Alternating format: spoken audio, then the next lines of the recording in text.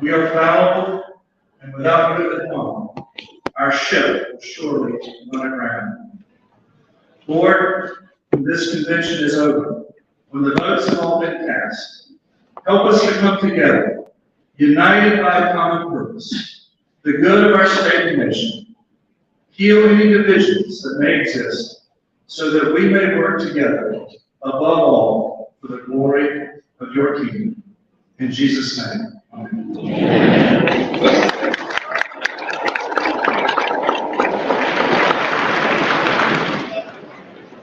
If delegates will you stand as you're able for the Pledge of Allegiance at this time.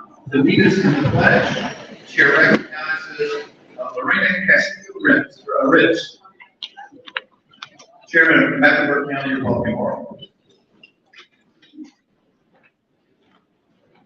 This is dedicated to my father, who immigrated legally from El Salvador in 1953 and served in the Korean War.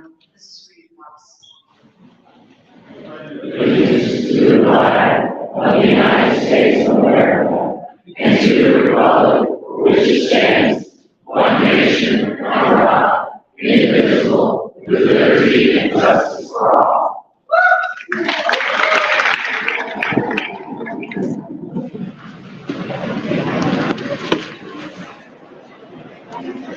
If the commission would direct your attention to the large screens in front of the convention hall, we have a video reading a message from our newest United States Senator from North Carolina, Ted Bud.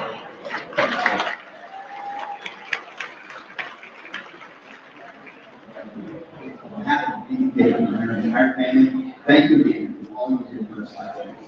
We have cherished all the new friends we made, the support we've received, and the encouragement. It's the honor of my life to serve in the United States Senate. Last year, you also sent to Washington Swamp a clear message. North Carolina is fed up with Joe Biden's disastrous global agenda. This spending spree has created historic inflation that's wrecking our economy and making life hard for working families. At the southern border, Joe Biden has retreated from his responsibility to protect and defend this country. His dangerous open border policies have made all of North Carolina's 100 counties border counties. Fentanyl, human trafficking, and crime are flooding into our state and our country. I just returned from a trip to the southern border and was able to witness the crisis. The message from our border patrol is clear. They need more funding and more support. They need a wall too. We want to keep fighting for the conservative principles that are all shared. Because those are the policies that will make us a strong nation and make life better for our fellow citizens. I know that when I'm up in Washington fighting for North Carolina values, the NCGOP is unified and working hard to ensure that we elect conservatives up and down the ballot. Last year, from our course to the General Assembly, you made our state a leading example of what a unified Republican Party can achieve. Now we must do it again. Joe Biden and the radical left allies are coming for North Carolina. That's why we need strong conservatives in every office, from the school boards to Congress. We know what the radical left will do. Hide their positions, lie about their values, divide us, and tell Republicans to fight with each other. We have to keep our eye on the ball. Conservative leadership has turned North Carolina into the nation's #1 state of business. Working families are counting on us to stay in this fight and to make their lives better. We've done it before, and you bet we can do it again. So let's get to work, communicating our values and putting the financial fuel in the tank to spread our positive message to every corner of the old state. We did that in 2022, and we won. I don't know about you, but I'm ready to win again.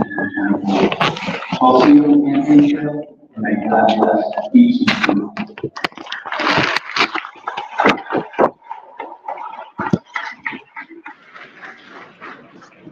It's not Chair, pleased to welcome to the podium to address the convention this afternoon, the Republican Speaker of the North Carolina House of Representatives, Senator Tim Moore.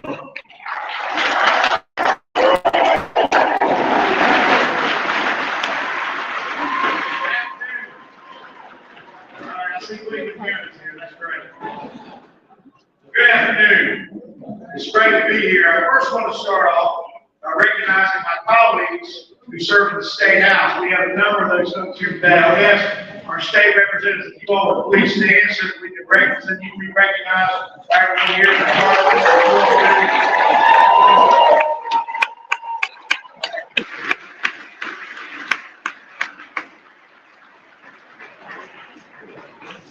You know, we hear a lot about the mess that is dealt with in Washington. And two of my former colleagues, of course, are sitting right there with Greg Murphy and Dan Bishop, of course, I saw Chuck Evans just a minute ago. And they left where we were getting things done, to where I wondered what you guys wonder what the heck's going on a lot of times, I imagine.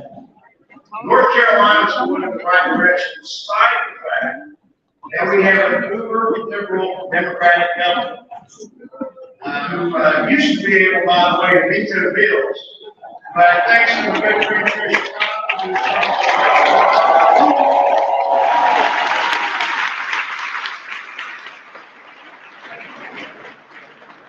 his veto bill is run out of veto. So he has this veto stand that's about this large, and he'll stamp that thing on there when it doesn't. So we went over to an override that's about this large. So far, we have two overrides, but I suspect we're going to have a lot more things in at this rate. But, you know, where we are, I think it's very important to point a couple of things that we're working on right now in North Carolina that we all should be very proud of. One, we are continuing to work on the most significant election integrity legislation in the history of our state.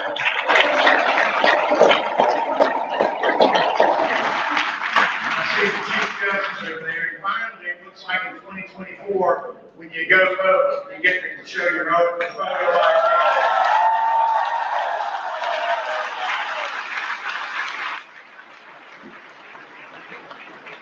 We're also working to support law enforcement. Several comments have been made about the border. I actually traveled to the border a few weeks ago, a long time.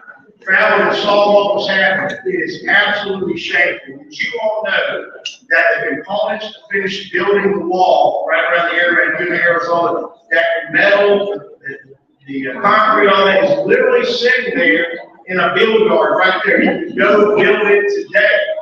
And so I know some North Carolina contractor, I said, guys, why don't we just ride down there one weekend and finish this thing? So, come over here, we're walking over to get some free here to do that. But it's a real thing because we've seen how fentanyl, the opioid crisis continue to plague this country and this state. And we're going to continue to invest in making North Carolina safe. We're going to continue to improve our education in the state of North Carolina with the most expansive educational opportunity scholarships that we've ever seen. And I have to mention another piece of legislation. I was sent this card the other day. I don't know if y'all can see this. You can see that number 1,000? Everybody see that? That is the number of children's lives that have been saved in North Carolina by one organization since the passage of the most significant pro-life legislation in our state.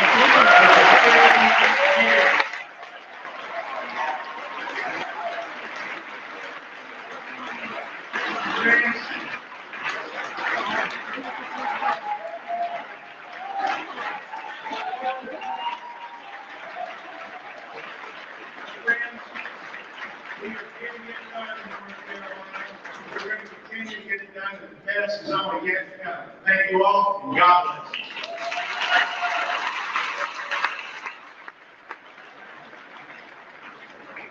bless. This time, the chair is delighted to welcome to the podium to address the convention the Congressman from the 3rd Congressional District, Representative Greg Murphy.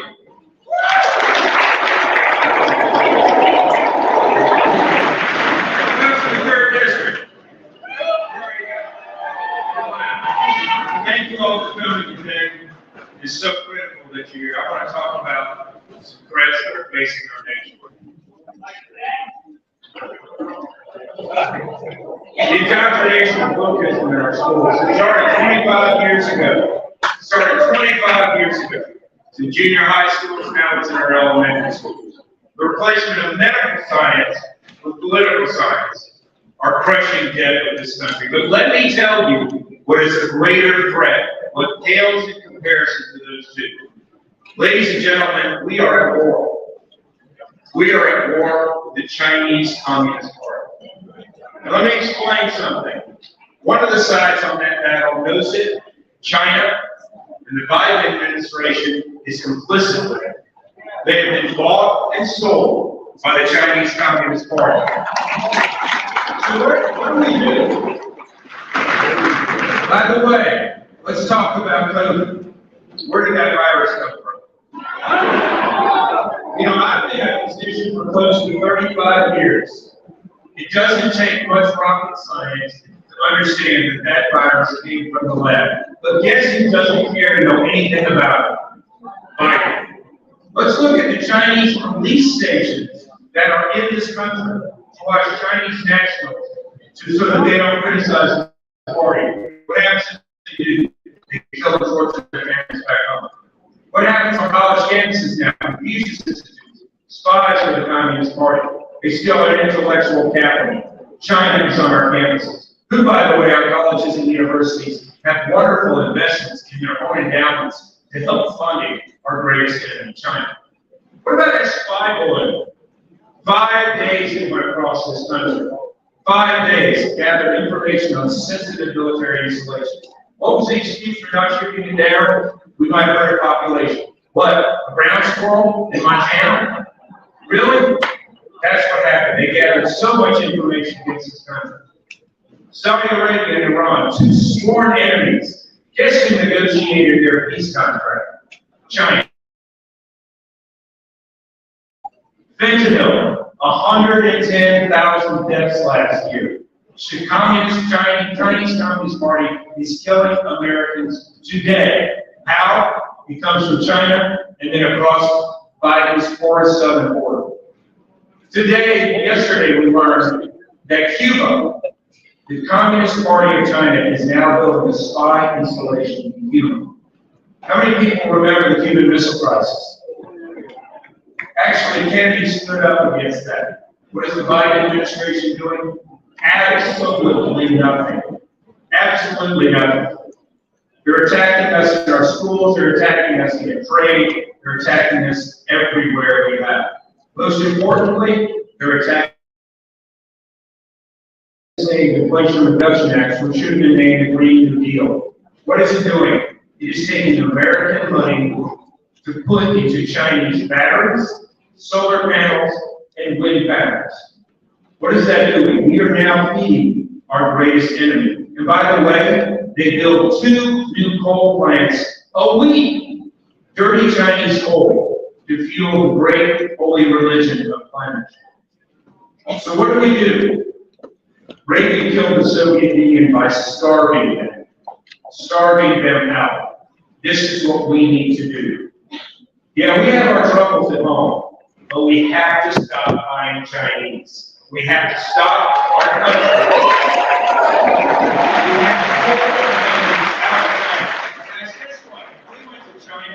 We went to war with China. We have 2 months worth of medicine. And that scared the hell out of every diabetic and heart failure and hypertension patient here. We have 2 months. But we can't do this alone. Yeah, we have factions, we have fighting, yes we do. Lincoln said that we would never be beaten by a foreign enemy. We would only be beaten from within. Ladies and gentlemen, our greatest enemy is out there. Yeah, we can have our squabbles. Yes, we can. But our greatest enemy, Communist Party of China. Yes, we have other threats. But ladies and gentlemen, it is real. So we must unify. It is up to us to save this country. What's for us, for our children and our grandchildren. God bless you for all you want to do. Thank you so much.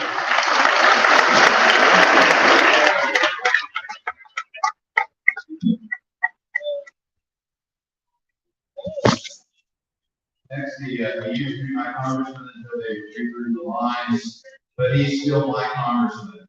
From the 9th Congressional District, Congressman Dan Bishop.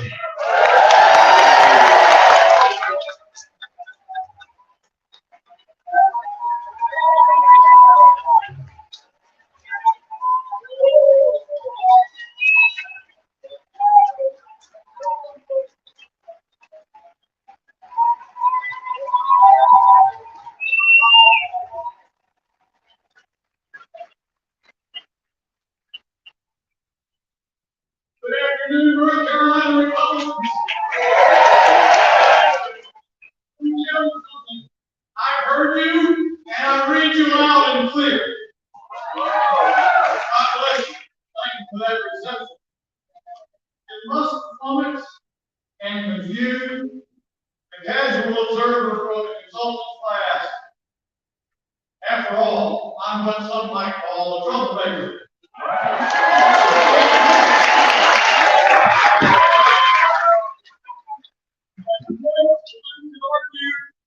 An obstacle to Republican unity. After all, what's any political party about if not unity? Hear me well, North Carolina Republicans, just like you. I want and work for Republican unity with everything I've got. Real unity. Unity of purpose.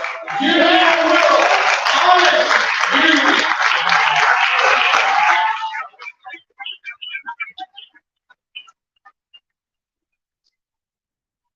And the new Republican House majority in January of this year, we forged that kind of unity through the 15 ballots of the Speaker's election.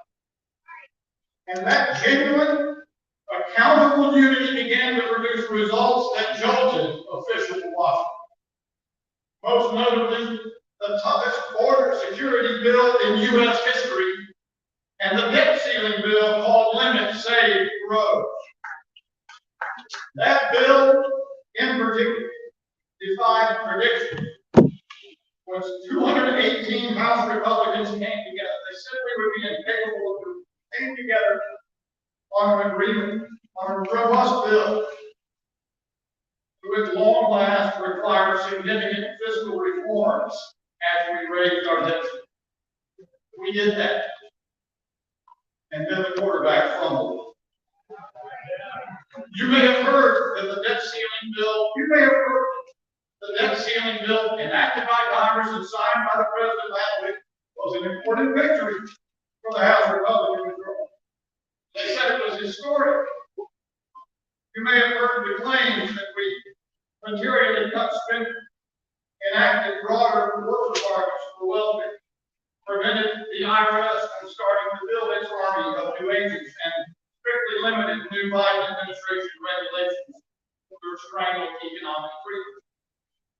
But here's what I know, and here's what you know, and here's what I know you know. None of that is true.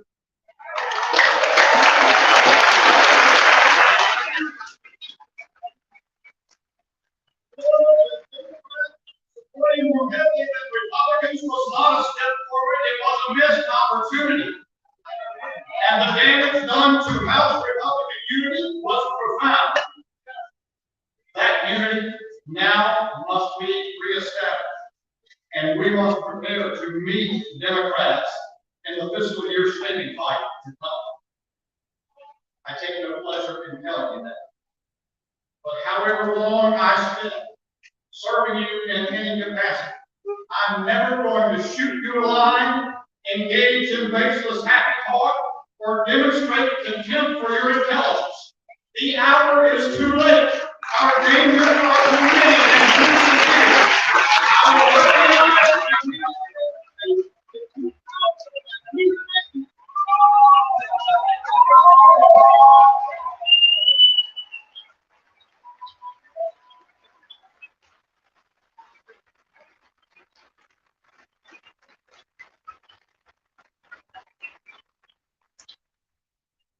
two requirements are paramount. First is truth, second is courage. My fellow Republicans, many speakers have listed the great successes of our state party, our county parties, past elections, and they are impressive. However, our electoral victories were necessary, but not sufficient. After victory, we must deliver. And the responsibility responsibility for delivering falls on those of us who have trusted with electoral promise. Not to do what we want, but to do what you want, and the American people want.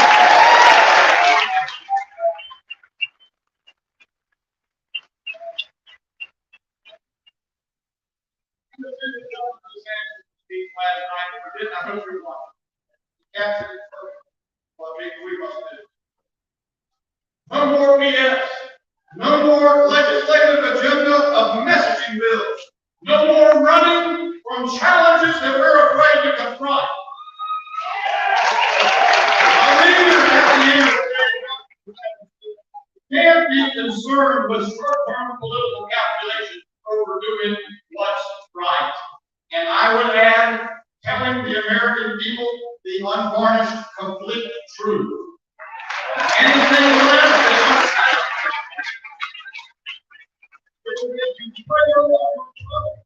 your resources, your effort, your love for this country.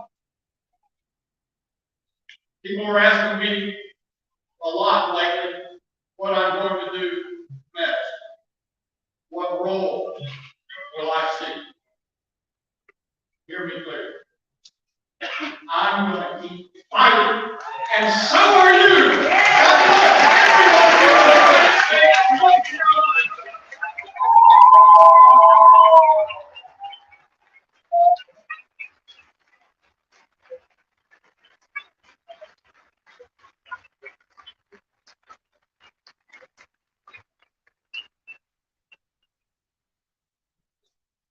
This time, the chair will recognize the provisions of the podium, from the podium, the Republican Chief Justice of the North Carolina Supreme Court, Justice Paul Newby.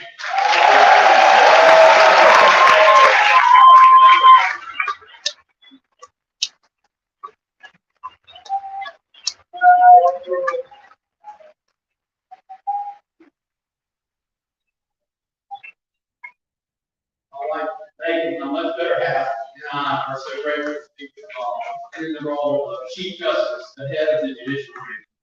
Have that role because of God's grace and your hard work.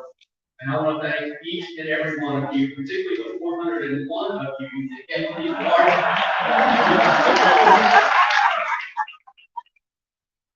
Elections have consequences. This document, our state constitution, which we have been governed since 1776, was being ignored. Read my dissents when the court was 1-6.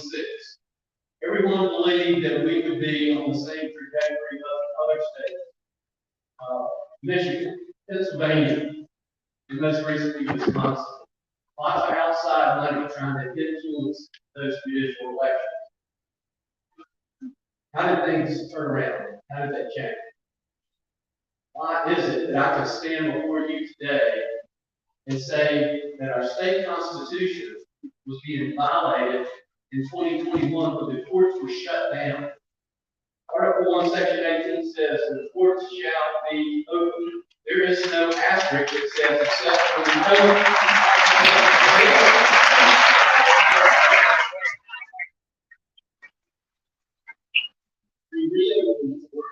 Not only have we addressed this huge backlog that developed here in the closed court here of my predecessor, but folks, I'm here today to proudly tell you your judicial branch has reduced the number of cases from the pre-COVID level, almost 20% fewer cases pending today in your state court.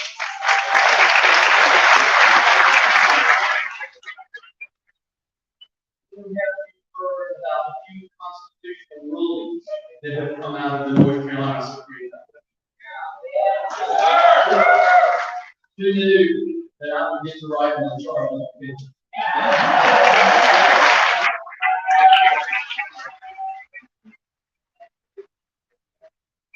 These things when the Constitution says the court shall be open and justice will be administered without favor, without denial, without delay, we have to have those who will lead us in that direction.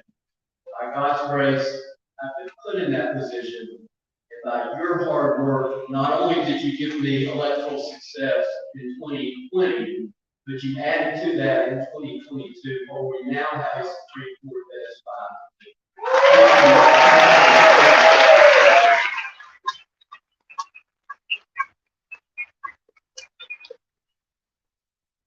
Folks, I've been doing this a long time. I mean, yeah, okay, you can tell how old I am. But 2004, I was first elected. I urged our party to pay attention to judicial races. I told them that that really mattered. It seemed that it was falling on deaf ears until 2019 when I had a discussion with Michael Watley. Michael Watley came up with this idea of the judicial ticket. Folks, in 2012, I had independent expenditures that did an ad for Paul Newby Banjo ad. Paul Newby Justice Stuff Affair, Paul Newby Criminals Everywhere. They came in and funded that. In 2020, nobody was stepping up to help us out because they said, there's no way. Not only you have to squeeze in 2020, but you got to squeeze in the Judicial Victory Fund, what that provided. And oh, by the way, there also was our secret weapon called Sarah Newby. Our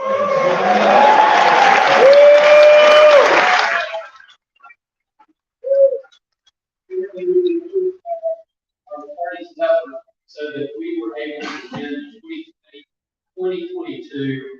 But it's your hard work.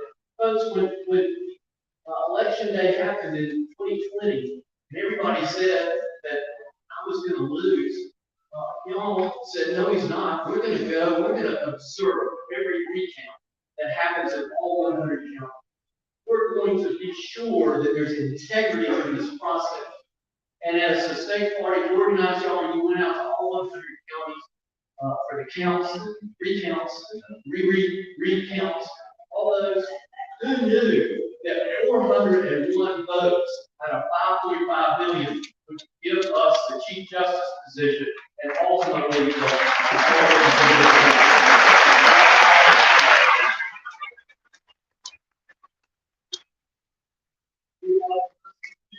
words have meaning. We have demonstrated that we don't just say it on the campaign trail, we live up to it. Read our offenders. I just want to say thank you. Thank you for all that you have done. Continue to pray for us, that we have wisdom, that we will do as our Constitution says, to administer justice without favor, without denial, without delay. Thank you.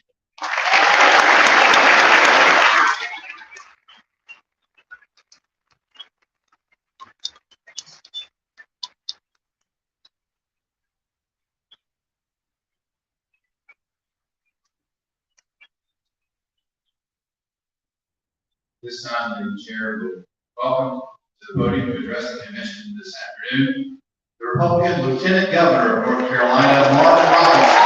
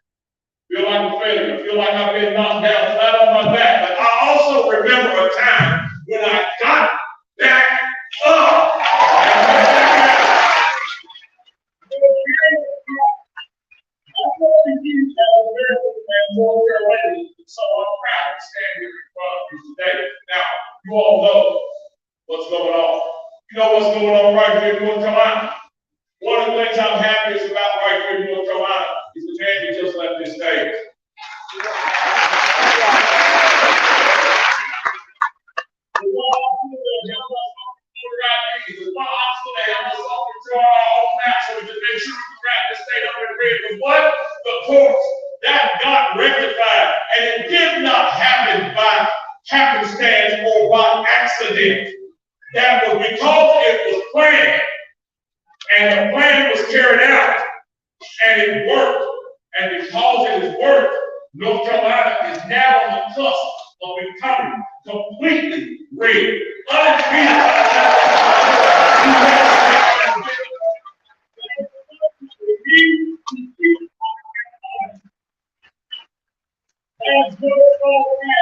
And that there is no small ability that they will fail. So, as we move forward, we need to remember that. But here it is. I'm standing here now at 3 minutes, 2 minutes, 58 seconds. Standing here right now. Down in Mexico, the border is wide open. God knows who is pouring over. China and Brazil and all these other countries are lining up against the United States of America. They see her weak. They see the weakness in Washington, D.C. They see the complicity with them in Washington, D.C. And they think now is the time to strike. And our border is wide open to make that possible. Balloons, as Congressman Murphy mentioned, flying over our states, flying over our biggest military installations, most important military installations, unimpeded by the weak Biden administration. We see our police officers across the nation being demonized and defunded. Just read an article in the newspaper today that said the Greensboro Police Department had one backup call. One! That also does not happen by accident. That is an on purpose, and it is happening all across this nation. And we, of course, see what's going on in our schools. How our children are being, yes, indoctrinated. How they are being, in some cases, abused. And how they are not being taught the things they need to be successful once they leave the class.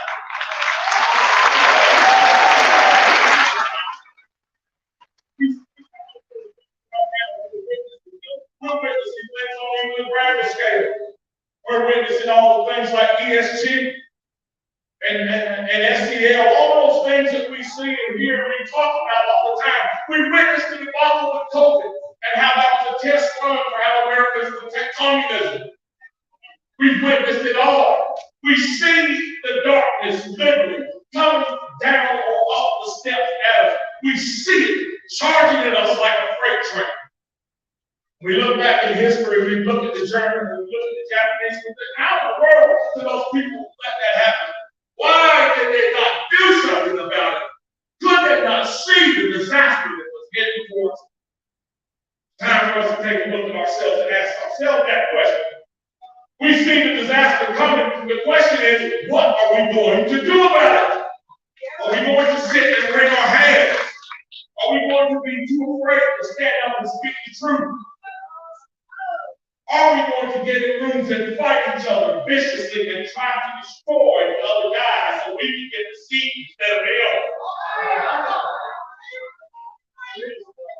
What are we going to do?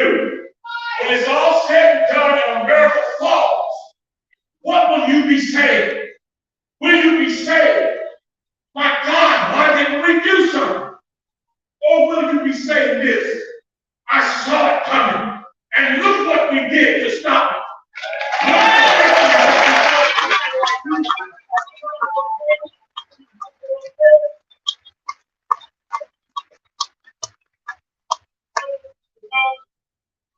Plan on running against a fellow named Josh Stein. There'll be a bigger difference between me and Josh Stein. You know, I'd like to ask Josh Stein the last time he was home. I'd like to ask Josh Stein when was the last time he looked at his hand and didn't see enough money to pay his bills. I'd like to ask Josh Stein when was the last time somebody came into his plant, told him that it was shut down and moved to Mexico. Tomorrow he'll be out of job. You see, we understand the plight of North Carolinians because we live in the plight of North Carolinians. Mr. Stein has not. And it's been made that plain as Attorney General. He has not done his job up to now. What makes him do it in the future?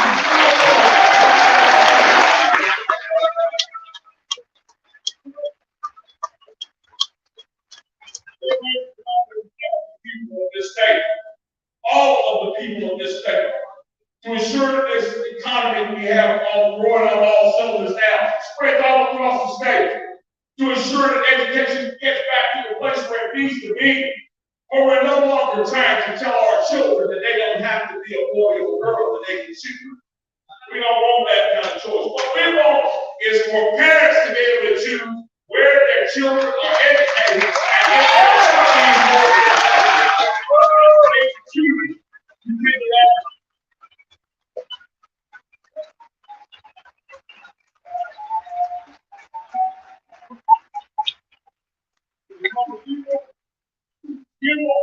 Students funded, not systems funded.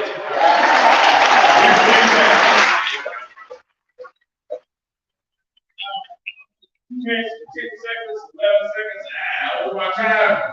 But here it is, I'm gonna leave you with this. People have asked me why I want to run for governor. I want you to listen to me. I don't want to run for governor. I don't want to run for governor. Key word here is want. See, there's too much want in politics right now. I want to be a senator. I want to be a congressman. I want to be a big shot that can pop my collar and have a title. There's too much want in Washington, D.C. Too much want in Rome. Too much want on the region.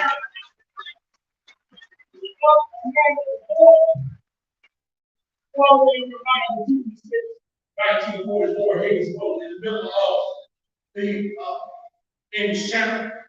Find a young man on that Higginsville and ask him, why do you want to be out here steaming towards Omaha Beach?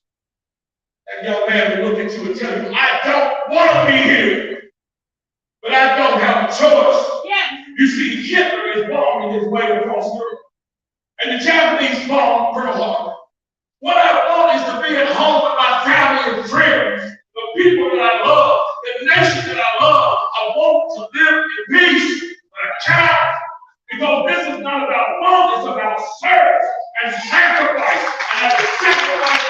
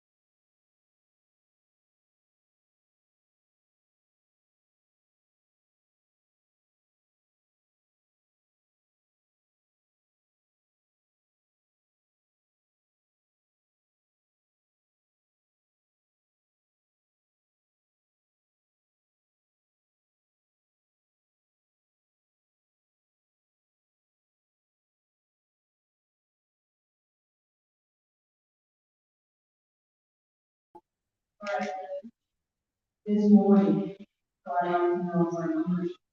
We're 24. Hey, gentlemen, should report to the table, verify that. Good, thanks, gentlemen. Other issues for the credentials committee?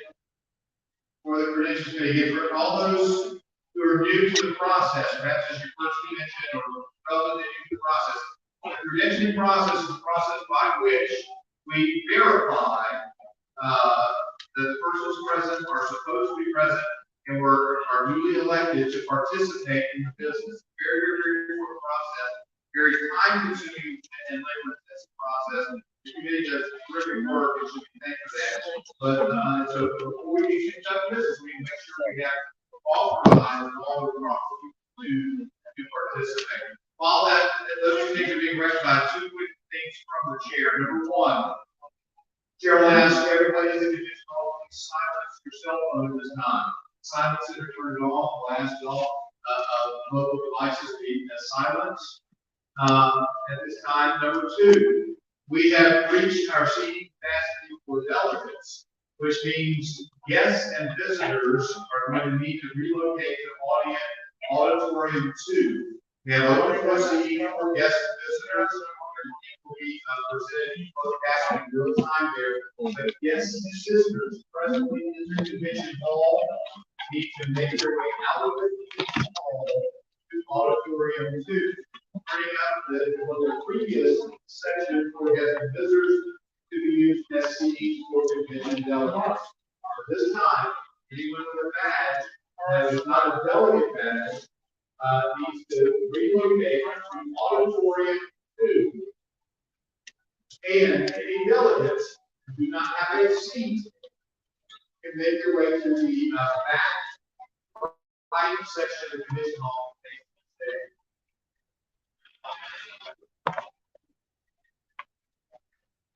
Here's a small line for the commission table, so the chair will allow the commission to be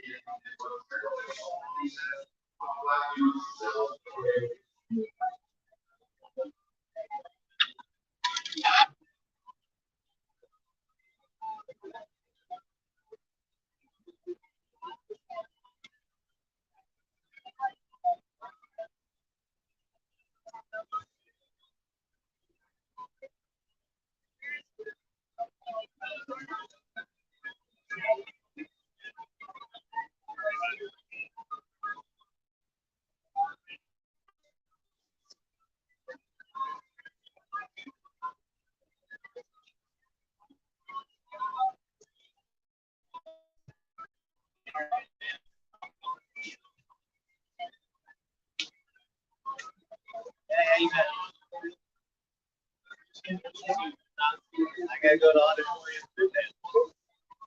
What you say? Meeting? Yeah. I know. On the main area. Yeah, there's still things.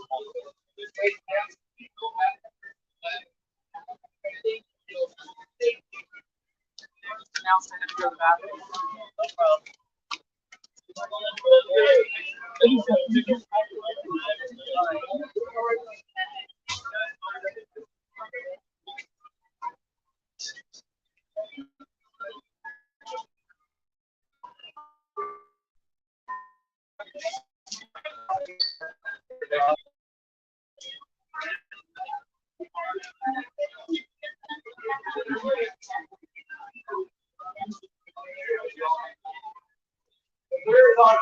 I know auditorium 2 is.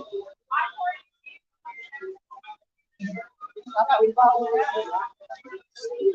Hillside.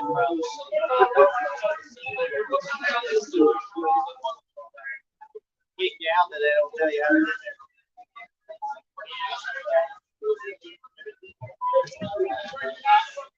That's watchers. Auditorium 2.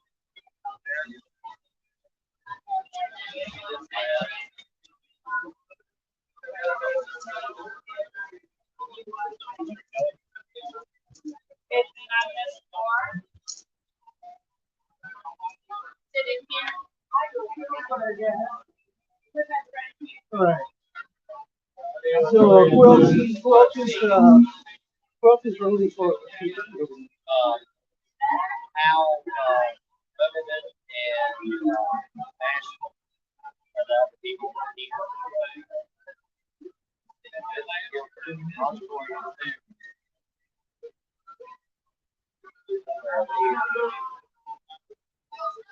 Anyway, there, go ahead.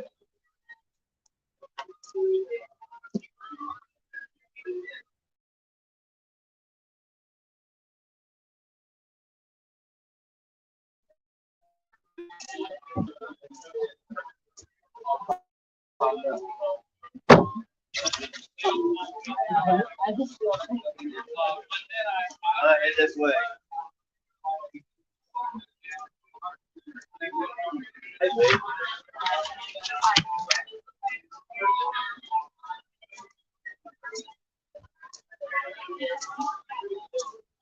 You can't go down.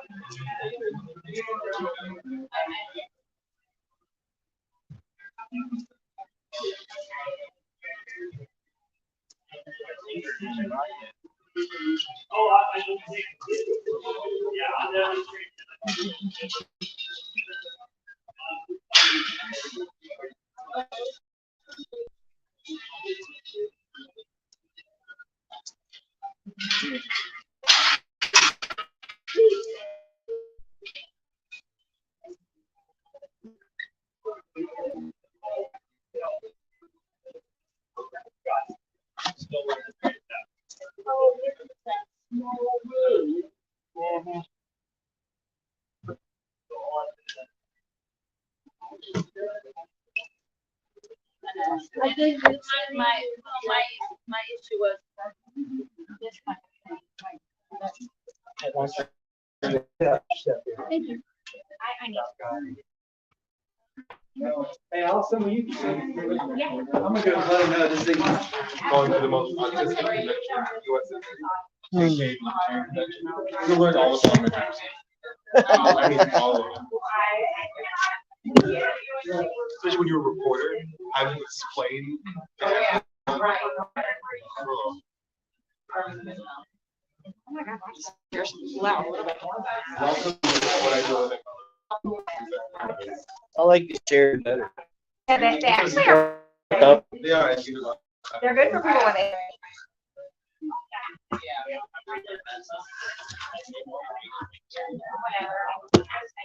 When I'm lieutenant governor next time, then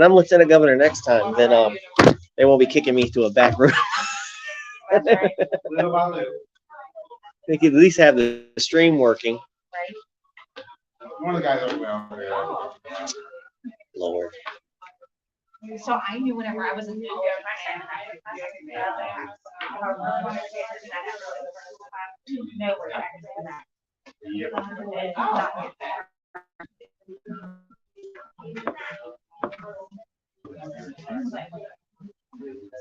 Excuse me, does anyone have a name on this online? What? Anyone? Oh, somebody went and told, told somebody that it wasn't working. So like fixed it. Someone. Yeah, someone said I hope over to No. Yeah, probably. That's all that. They will get smoke signals. Yeah. We have our own engine here.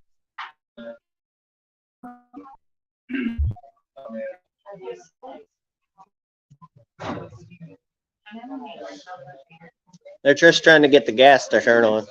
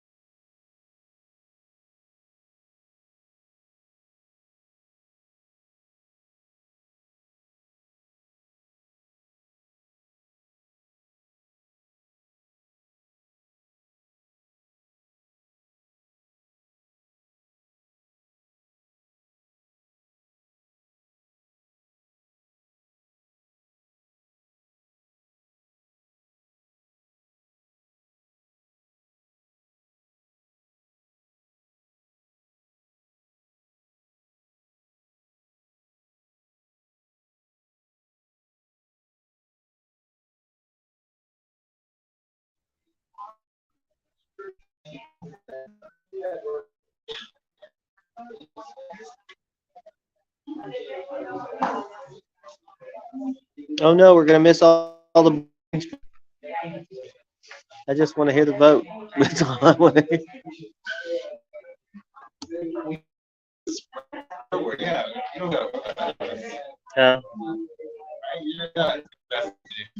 know. Well, I want the chairman reelected. That's all I'm interested in. You'd be at home. I got a booth upstairs. There ain't nobody to go by the booth right now because they're all in these meetings. I'm actually surprised they didn't have more breakout sessions or anything today.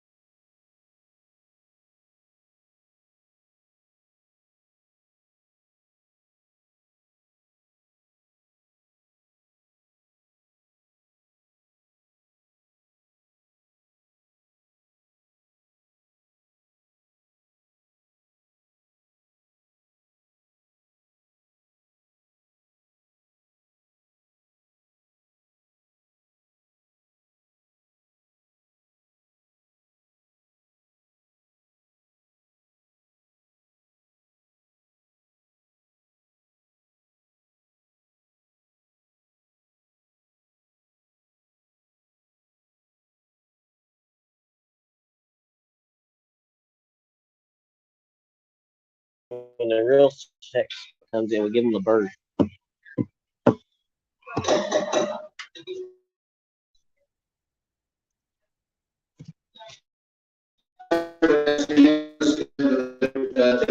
Glasses.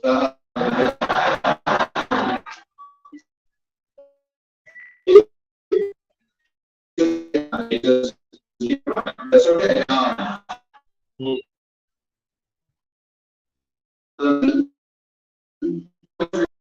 Most definitely,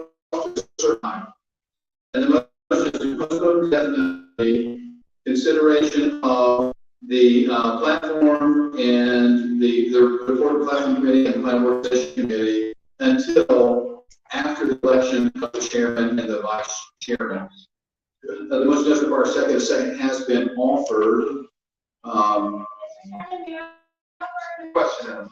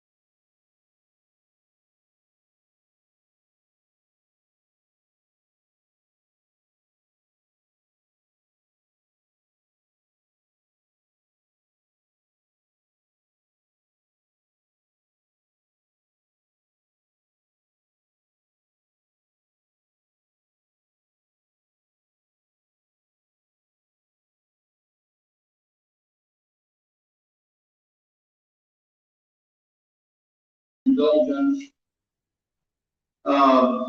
It is moved and seconded to postpone definitely consideration of platform plan organization amendments until after the election of chair and vice chair. There was a gentlelady proposing it. Recognize the gentlelady. That we do hear everything, but after the vote for the new leadership or incumbent win, but that we have a time certain that we will discuss the language in the platform, because there are some real issues, and we stand for freedom, and we need to make sure to protect them. Gentlelady Smith, the motion to postpone until a time certain is, if any chair too vague to be in order. I'm sorry, a time certain to hear it today in the session. I'm fine with it being after the major vote for leadership, but a time certain that we will be able to still address the platform language. Just to make sure the chair Today. understands, is the gentlelady attempting to propose an amendment that would require the hearing of the platform today, no matter what?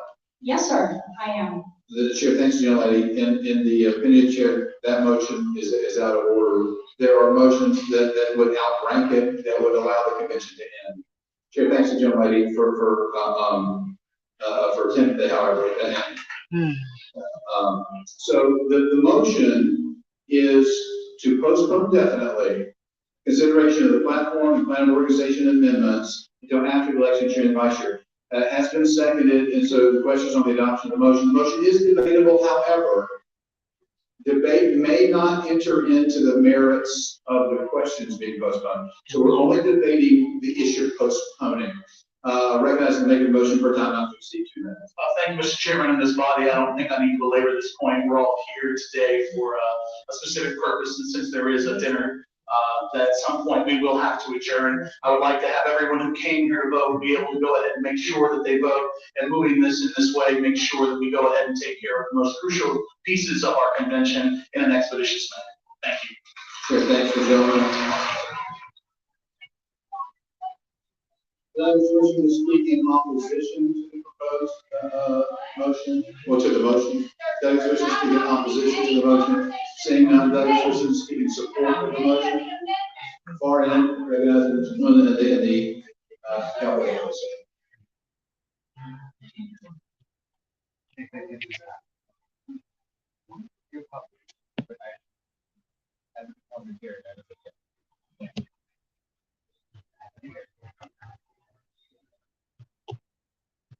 That's a good way to put it. Mr. Chairman. Al Mendelson from Moore County. I oppose this amendment on the following grounds. We came here to elect our party officials, and that can be done expeditiously. And I believe that we should continue with the planned agenda as it stands right now, immediately go in to handle the platform committee. Chair, thanks the gentleman. Parliamentary inquiry, Mr. Chairman. Douglas wishes to speak in support of the proposed, in support of the motion. Douglas wishes to speak in support of the motion. Recognize the gentleman. Earl Newman, Lincoln County. I do support this motion because it's practically guaranteed that we will not have a quorum at 7 or 8 o'clock tonight. And we do need to perform our duties to elect officers. We can defer the other business to the executive committee, which has been done in the past. And I'm wondering, Chairman could respond to whether that would be done automatically or do we need a motion to that effect? Chair, thanks the gentleman. In the opinion of the chair, there are 3 items of business remaining on the agenda, 2 of which have default mechanisms automatically attached to them. One being the platform. If we do not adopt, if the convention does not adopt a platform today, the platform that exists continues to exist. That's the default mechanism. There are proposed amendments to the plan of organization. If those are not covered by the convention, then the existing plan of organization remains in effect, unchanged. So that's the default mechanism there. There is no default mechanism to have a chair and vice chair after the terms expire. So that is the one item of business that does not have a built-in default mechanism. In the opinion of the chair, a motion would be required to defer any leftover business to the executive committee. Chair, thanks the gentleman. Recognize the gentleman. Hunter Clark, McDowell County, I move the previous question. Previous question is moved. Is there a second to the motion? Previous question. Again, for those who may be new to the process, previous question is a motion to end debate and move to an immediate vote. This motion would end debate on the motion to postpone definitely, and then we would vote on that motion. So those voting in the affirmative, those voting aye are voting to end debate and vote on the motion. Those voting in the negative are voting to continue debating this motion. All those in favor of ending debate and voting on the motion, please signify by saying aye. Those opposed, no. No. Defeating chair, the ayes have it by a significant margin. And so the previous question is ordered. Mr. Chairman. What purpose does the delegate rise? Inquiry of the chair. Recognizing the gentleman. Thank you, Barry Goodman, Cabarrus County. For the sake especially of a lot of those who are new and don't know what's going on here, could we confirm, I think you did, but I want to make sure it's clarified, that if, it's like we have a quorum call after the elections and there's not enough people here to deal with the plan organization, the executive committee cannot change it tomorrow. Is that correct? That would be the opinion of the chair, unless the chair would have to check out the state plan to see if it authorizes the executive committee to take that action. In general, those are items handled in convention. So what has been proposed at convention could only be taken up by the executive committee if the convention moves to do so. Okay, follow up. Recognizing the gentleman. Then unless there is such a motion, or would we need to offer a motion that would prohibit them from changing it if we don't do it here today? No, if the desire is that the executive committee not take up those items to change anything, then simply not making a motion would cause it not to be on the agenda for the executive committee. Does that want to be clear? There are a lot of knots in there. Was that clear? I think so, but for new people, I'm not sure, but I think you got it, and I appreciate it. Just to clarify, the question is, there may be some people who don't want this particular permutation of the plan that's been proposed, a platform, or the particular amendments that have been proposed. There's some people perhaps that may not want the executive committee to deal with those, and simply failing to make a motion to allow them to would prevent them from doing that. That's fair. Recognizing the gentleman. Just to provide some clarification to the gentleman from Cabarrus County, plan of organization amendments may only be acted on in convention. They may not be deferred to the executive. Fantastic. Chair, thanks, gentlemen. So, the previous question has been ordered. Well, now we're going to vote. Again, those voting yes are voting, so for the first time, those voting yes are voting to postpone definitely consideration of the plan amendments in the platform until after the election, which would mean we'll immediately go into the election. Those voting no are voting to keep the order as printed in the agenda. All those in favor of postponing platform and plan consideration until after the election of officers, please signify by saying aye. Those opposed, no. Any chair, the ayes have it. The motion is adopted.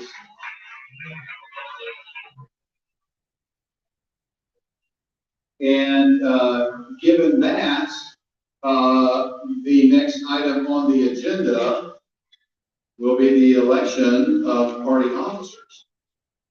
Referring the convention to the Red Book convention packet, which delegates received upon registration, or actually upon check-in. Convention, please be in order. Rule 10. A. Nominations for chair and vice chair of the North Carolina Republican Party will be made from the podium upon recognition by the convention chair. Nominations for election of chair will be completed, followed by nominations for an election of vice chair. The person nominating a candidate for chair or vice chair will be allocated a total of 5 minutes for his or her nominating speech. With that in mind, the chair this time will open the floor for nominations for the office of chair of the North Carolina Republican Party. Mr. Chairman, John Anglin, Yancey County. Recognizing. I rise in nomination of Michael Watley for North Carolina Republican Party Chairman. The gentleman will come.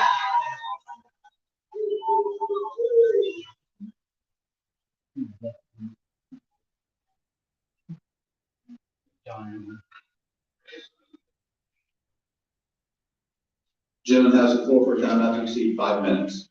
5 minutes on the timer, please. Can I get 5 minutes on the monitor? Audio, video team. For some reason that says 3:13. That's not going to be helpful.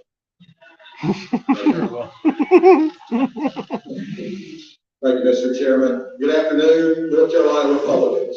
My name is John Anglin, and I am a mountain boy from Yancey County.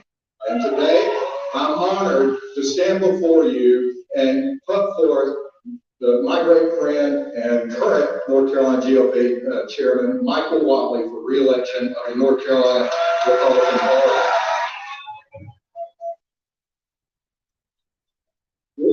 If you've got True Social, you may want to go ahead and go to a handle for @RealDonaldTrump, who says, I look forward to speaking before a record crowd of patriots at the North Carolina Republican Party convention today. I love North Carolina, where I won in both 2016 and 2020, and we'll win big again next year. The NCGOP has a great chairman, and Michael Watley, who will do a fantastic job with the Republican Party to ensure wins in 2022.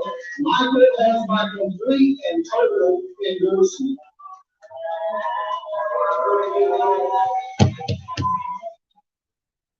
Well, born and raised in the mountains of North Carolina, I grew up poor. I worked on the tobacco fields since the age of 5 and lived in a single wide trailer on my grandparents' land because my parents couldn't afford their own place. And when I got involved in party politics, even at a statewide level, I admit I had apprehension. Coming from William County of 98,000 people, 5,300 Republicans, and only 11 precincts. But I can tell you this with Chairman Michael Watley, none of that matters to him. Where I come from, how I grew up, none of that matters. He's been there from day one. He continues to be there, and he's going to stay there for us going into 2024 as well. You see, consistent leadership matters. While I could focus on Michael alone, I can't do that because he's recruited and obtained the best talent in the whole nation at the NCGOP. We've got people like Jason Simmons, Sarah Newby, Matt Judge, and the list goes on and on. Ronald Reagan said, surround yourself with the best people you can find. Delegate authority, and don't interfere as long as the policy you've decided upon is being carried out. And that's exactly what Chairman Michael Watley has done. To the NCGOP staff, thank you for being there day in and day out for every county chair.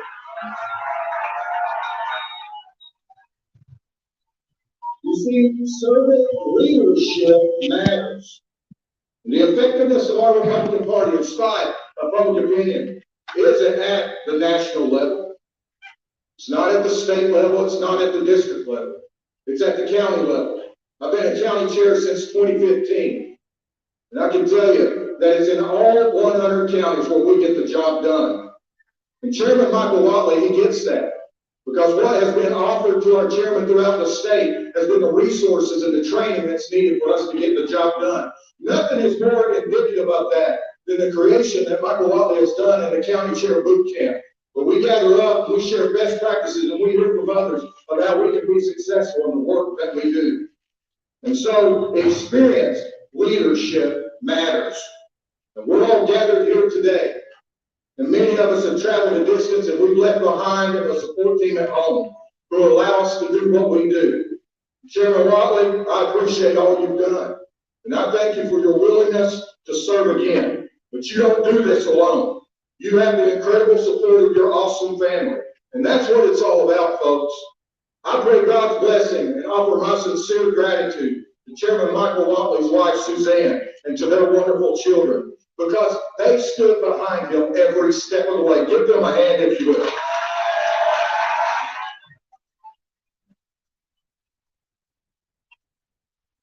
The Word of God tells us that a good man leaves his children's children an inheritance. And that's what it's all about. And I want to leave my children's children an inheritance of what our founding fathers believed in when they penned the Declaration of Independence. Our Creator has given us certain rights, life, liberty, and the pursuit of happiness. And today, I don't know about you, but I'm not done believing in the American dream. I'm not done believing we're the greatest nation there is. And I'm not done believing our best days are ahead. So here it is. I've got something to ask of you. Is the inheritance of our children worth fighting for? Is the inheritance of our children worth working for? Is the inheritance of our children worth dying for? Well, if it is, I ask you to stand with me today and let's keep experienced leadership, consistent leadership, servant leadership, and let's keep proven leadership that our great state needs. Let's re-elect Chairman Michael Watley as chairman of the North Carolina Republican Party.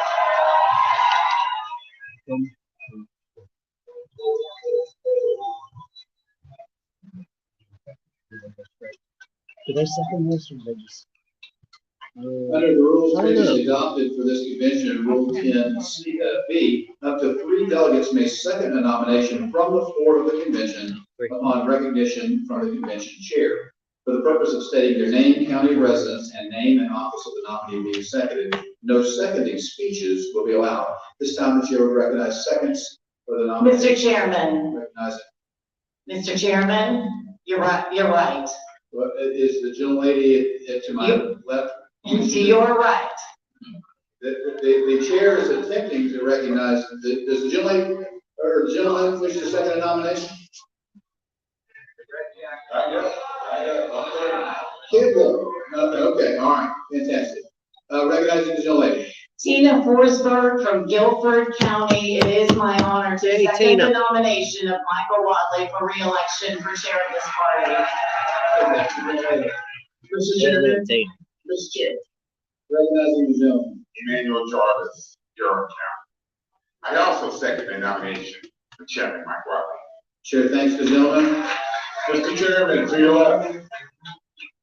Mr. Chairman, Representative Keith Kidwell, also Chairman of the North Carolina House Freedom Caucus. It is my pleasure, my honor, to nominate Michael Watley for the position of Chairman of the North Carolina GOP. Chair, thanks the gentleman.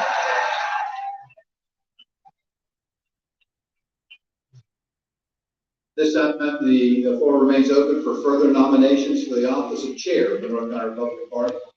Mr. Chair, I'm General John Casey from Mecklenburg County, and I would like to nominate Mr. King. General, please report to the front.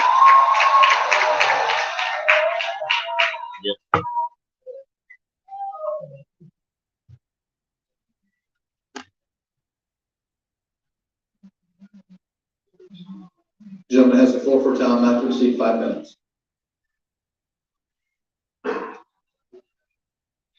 I'm John Casey. I'm a proud North Carolinian. I was born just up the road at Winston-Salem. I retired after 38 years as an Army Major General. I'd like to take a moment right now. Thank you. I'd like to make a shout out to my fellow vets.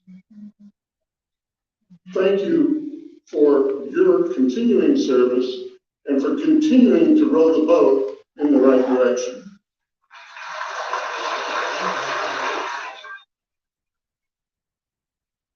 I'm privileged to be with you today to place John Kane's name into nomination for the chairman of the NCGOP. I'll start by telling you a bit about John so he can use his limited time to tell you about his vision for the future. You know, John's eyes light up when he talks about his family. His wife and 3 children are the center of his life. It's because of his family that he's running for chairman. He sees the opportunities he's enjoyed being taken away by the progressive liberal agenda. So he's answered the call of many of you to run. John, or I, is not a politician. He's a businessman, following in his father's footsteps. Many of you may know of his father, who shares his name. A strong supporter of the Republican Party, he's one of the state's largest financial donors to conservative causes. Notably, and something we may never see again, he was the last Republican and the only one in recent memory to be named in the News and Observer Star Heel of the Year. One of the things I like about John is that he doesn't shy away from talking about his father.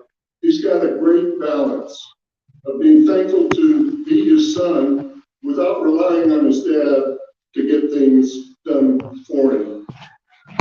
An example of his steadfast determination is how he walked on and earned a scholarship playing football at NC State. Although he was listed as a running back, he believes that he was more of a battering ram or a tackle dummy in practice. He did lead the team in special team tackles and in broken face masks, which certainly speaks to his pugnaciousness. But it also speaks to his willingness to do whatever it took to make the team a success. It wasn't about individual accolades or getting attention. It was about winning.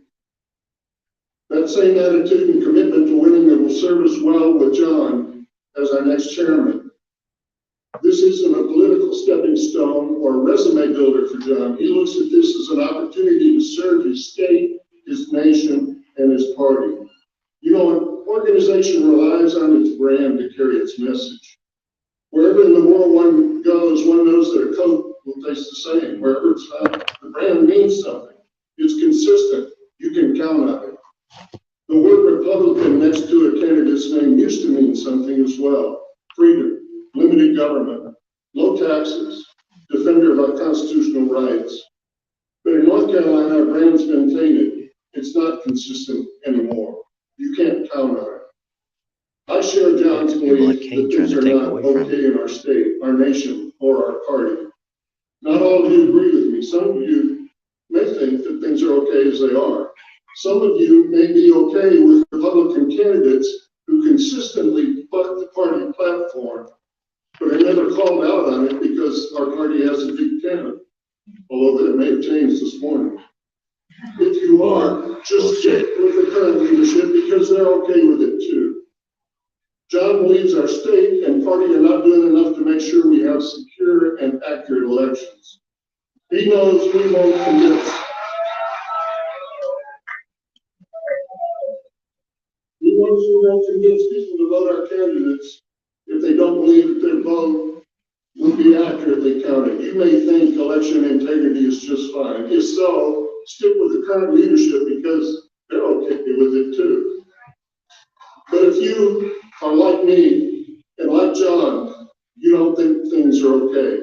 In fact, if you're like us, it's not acceptable to put the future of our nation at risk because we have untrustworthy elections. I've spent a lifetime studying leaders and leadership.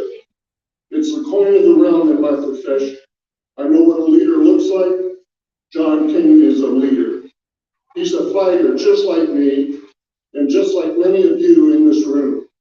He will lead us to recapture our brand, making a Republican mean something again. If you believe like I do, that it's time for the NCGOP to lead the fight for freedom, then you must make your voice heard. Please join me in supporting a fighter and a real leader by making John King chairman of the NCGOP. Thank you.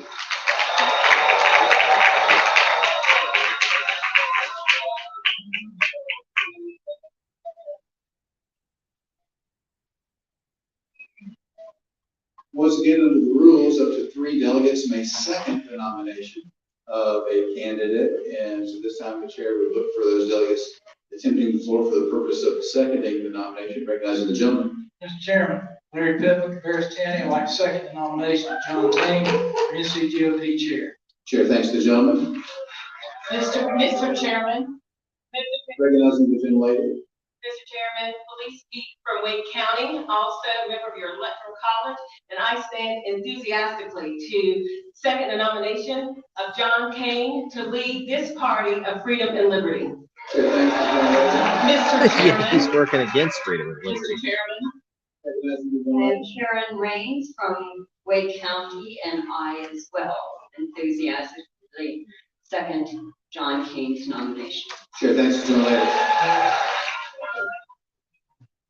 This is a point of education for those who may be new to the process. Nominations never require a second under parliamentary law. Again, the principle being anyone is free to put themselves up for election even if nobody likes you. So seconds are never required, but under the rules 3 were allowed. This time the floor remains open for the nominations. Recognize the gentleman. Mr. Chairman, John Gaither, Chairman, Orange County. I move that we have question on the nominating. Call question. Is the gentleman trying to close nominations? Yes.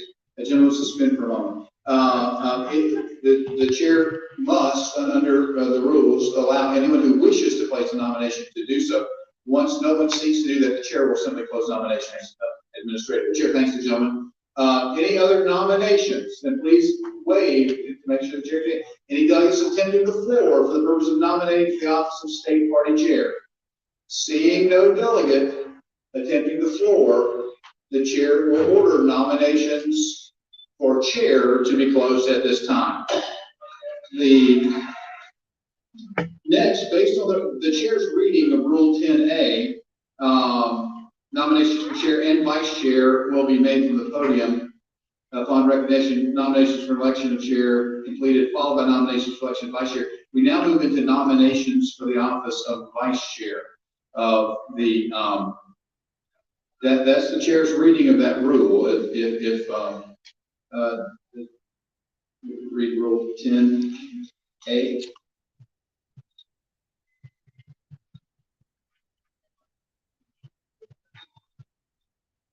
The chair feels like it's pretty clearly the verbiage of the rule, whether or not it was the intent. The words definitely appear to say what they appear to say. What purpose does gentleman rise? Possible to change that? Can we suspend the rule to do one race at a time? Well, the elections will be conducted one at a time. The nominations under the rules appear to be conducted simultaneously. Can we suspend the rule to do the the gentleman rises to a parliamentary inquiry, that is possible. What purpose does the gentleman rise? I'd like to make one second. What purpose does the gentleman rise? clarification from the chairman. Yeah, gentleman rises to parliamentary inquiry. Make a statement. Rule 10, nominations. Nominations for chair and vice chair, blah, blah, blah, continue. Nominations for election of chair, never mind, I stand corrected. Yeah, the chair's reading seems pretty clear. That is a change. We used to elect the chair and then elect. In the chair, that would be a better procedure. But again, as our wonderful loving judges have reminded us many, many times, it matters what the rules say, not what we wish they said.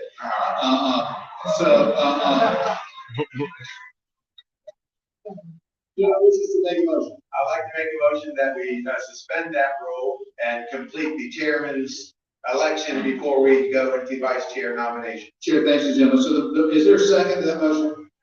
So again, just to clarify, those attempting to follow along at home, And don't try this at home. This is very, I'm not a chair, but I play one on TV. The motion is, under the rules as written, we would take nominations for chair, then take nominations for vice chair, then your acceptance speeches from the chair, and then have an election for chair, and then have election, which the gentleman is suggesting we better to have nominations for chair, have an election for chair, then move to the vice chair's race. But to do that, we would require suspending Rule 10A. So the motion is to suspend Rule 10A to allow for speeches by the chair candidates and the election of chair before moving into nominations for vice chair. Is that correct? Chair, thanks you, gentlemen. There is a second to the motion. Any discussion? Well, actually, there's no discussion on the motion to suspend the rules. It is not debatable. All those in favor of suspending the Rule 10A to allow for the speeches by the chair candidates and then the election of chair before moving to nominations of vice chair. All in favor of that, please signify by saying aye. Aye. Those opposed, no. Pretty close. Definitely, yes, but we're gonna stand. All those in favor of suspending this rule to allow for speeches by the chair candidates and election of the chair before moving on to vice chair, please stand and remain standing.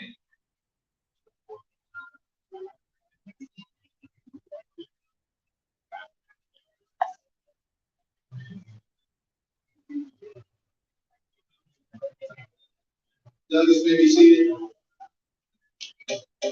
Division will be in order. Division will be in order. All those opposed to suspending this rule, please stand and remain standing.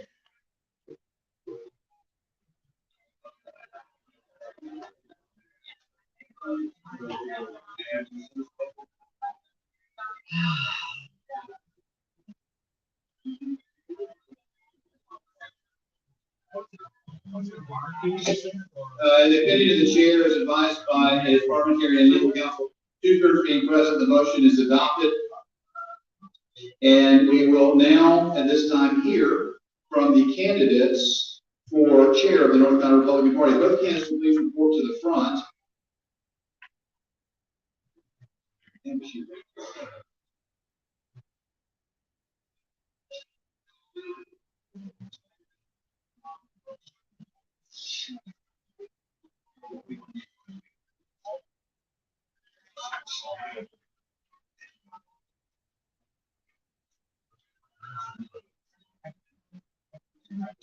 Again, under the rules, Rule 10C, before balloting for election to an office, each candidate shall be allowed 5 minutes to address the convention. The order of speeches to address the convention shall be determined by drawing. Two candidates approach, please.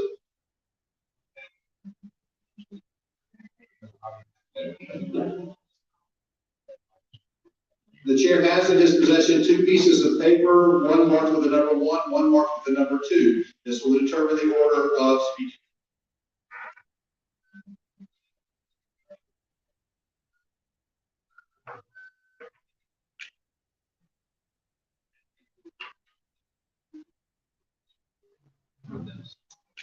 By random drawing, the commission will hear first from Michael Watley, candidate for chair of the NCGOP. Mr. Watley, have the floor for time not to exceed 5 minutes.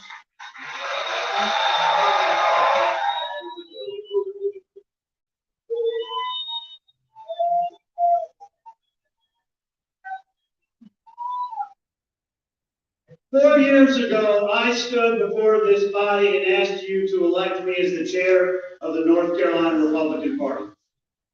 And I said that we would build a program to support our statewide candidates. The first meeting that I had as the chair of the North Carolina Republican Party was with then Justice Paul Newman.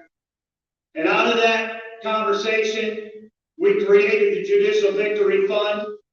We have built programs across the state to support those candidates, and we are 14 for 14 on the Supreme Court and Court of Appeals over the last 2 sessions.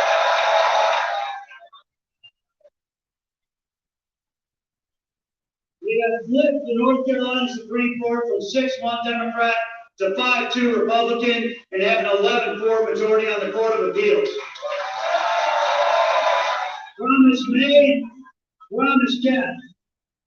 I said that we would build an early vote program because 50% of our votes are being cast before election day. In the 2019 special election for Dan Forrest, we built that program and tested it with targeting 63,000 voters in 51,000 homes with 22 pieces of mail, door knocks, and phone calls. Dan won that special election by 2,700 votes. Our program worked. And we implemented that program statewide in 2020. And for the first time in the history of North Carolina, Republicans won the early vote for Donald Trump. Promise made, promise kept. I said that we would protect the sanctity of our elections. And we have built the biggest and most successful election integrity program in the United States. Our ballot protection team recruited and trained 11,000 grassroots volunteers in all 100 counties, and they worked as poll judges, poll workers, and poll observers for 25,000 shifts on election day, by far the biggest program in the United States. I will never forget Donald Trump calling me up and saying, Michael, I love North Carolina. You know, I went to bed and I had a small lead. I woke up and I had a small lead. And you all counted the votes and I got a small win. What did you do? And I walked him through the programs. And he said, that's great. Why the hell didn't they do that in Arizona and Georgia? We are now a model for the nation on election integrity. Promise made, promise kept. I said that we would strengthen and work with our county parties. We have built a county chair phone call. We have monthly basis. We have built our county chair boot camp. I have traveled to all 100 counties in support of our county parties, and we have helped bring in speakers for fundraisers for hundreds of events to fund our county parties. Promise made, promise kept. And I said that I would be a chairman for all 100 counties and all of our candidates up and down the ballot. The results of 2020 and 2022 show that to be the case. We were 7% statewide. We elected Ted Budd to the Senate. We flipped the Supreme Court. We have supermajorities on the Court of Appeals, supermajority in the State House, supermajority in the Senate, 64 Republican sheriffs, 57 county school boards, and more county commissioners than we have ever had in the history of North Carolina. Promise made, promise kept. As we go into this absolutely critical 2024 election cycle, we must keep our party in a position to elect a Republican governor, expand our majorities in the legislature and in the courts, and deliver North Carolina to help take back the White House. We must build an engagement program to reach urban voters where they live and win those crucial suburban swing voters. We must continue to lead the nation in election integrity and make sure that it is easy to vote and hard to cheat. We must have a leader who has proven that he can lead this great party from the biggest stage to the smallest county and support all of our candidates up and down the ballot. It has been such a tremendous honor to serve as the chair of your North Carolina Republican Party, and I am here to humbly ask for your vote again to make sure that we are going to lead North Carolina and keep this great state red. Thank you.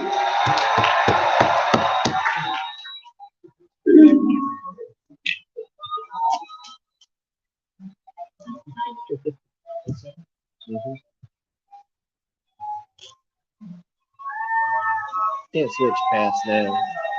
Ridiculous. Can't switch past now. Mr. Gaines, you have the floor for a time not to exceed 5 minutes. Just a short while ago,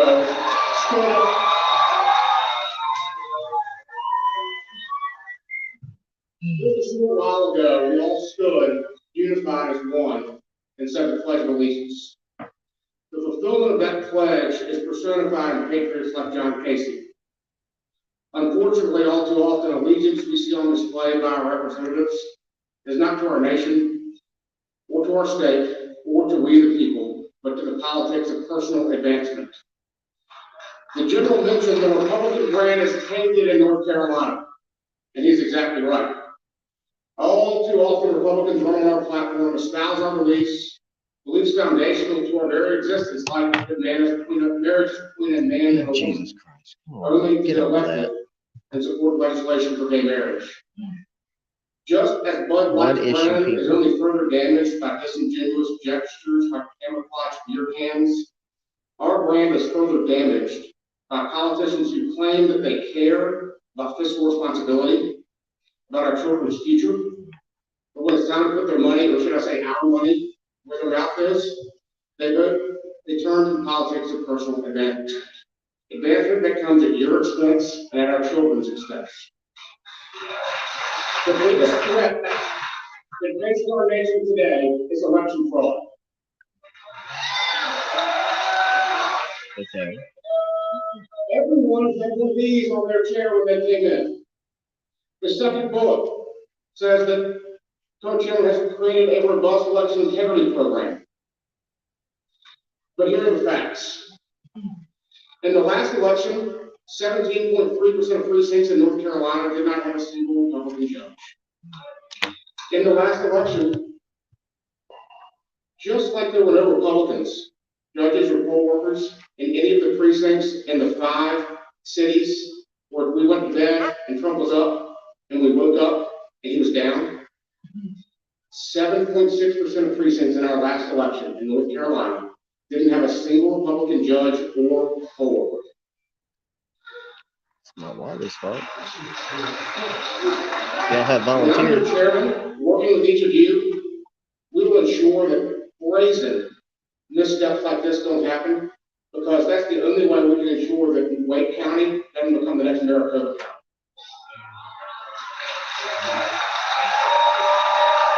Everyone in this room knows that part of the rule of election integrity is a paper ballot, a paper trail. We're about to vote on an act developed by a consultant with direct ties to establishment GOP leadership. This simple election was 100% under Mr. Watley's control. Mr. Watley just told you he cares about election integrity, but his actions speak far louder than those hollow words. Let's move on to money. Our chairman has failed as both a fundraiser and a steward of those funds. The NCGOP financial filings show $936,000 in unclassified expenses. He was recently asked about this, and his answer was, and I quote, "I do not know the answer to it." That's unacceptable. And as for fundraising, I don't know about you, but I'm tired of all these emails. Register, sign up, and donate fast, or else we'll lose. Or how about this one? The deadline is tonight, give, or we'll lose the next election. Everybody does those things. You've been specially selected to join the Chairman's Club. I'll make you a promise. If I'm your chairman, every single one of you will be in the Chairman's Club because I will work for you. These emails only resulted in a net gain of $215,000. Somebody made plenty of money off it, but it sure wasn't the NCGOP. You all have seen a endorsement of me by many of the most prominent donors in our state. In the first 48 hours that I'm your chairman, I pledge to you that I will bring in more than $250,000 from these young and other donors like me. More than we raised without not one single email. How about that? Pretty amazing. How about you pledge them regardless if you get elected? Yesterday, Michael said we need to take time to celebrate our success. Does this feel like success to you? If Michael's satisfied, are you? Are you satisfied we've only won one governor's race in North Carolina in the past 30 years? While only one Democrat has won the presidential race in North Carolina in the past 42 years? If you're good with that, he's your guy. If you're satisfied that we need to be around the Democrat and switch parties in order to get a leadership supermajority, he's your guy. But if you want to build the Republican brand, restore integrity in our elections, win back the governor's mansion, and deliver North Carolina for our next Republican president, then I'm asking you for your vote, because the next chairman of this party must be someone who will lead us in taking back North Carolina so that it can be a beacon of hope. That again, we can live in America that is the proud leader of the free world, an America that great patriots like General Casey fought for, and like every American, like each of you in this room, are fighting for right here. Ask for your vote. It is cool. Thank you. Yeah.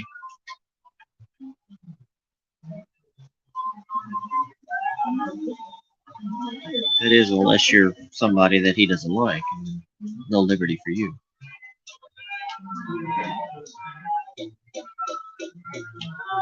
Convention will be in order. Order. Convention will be in order.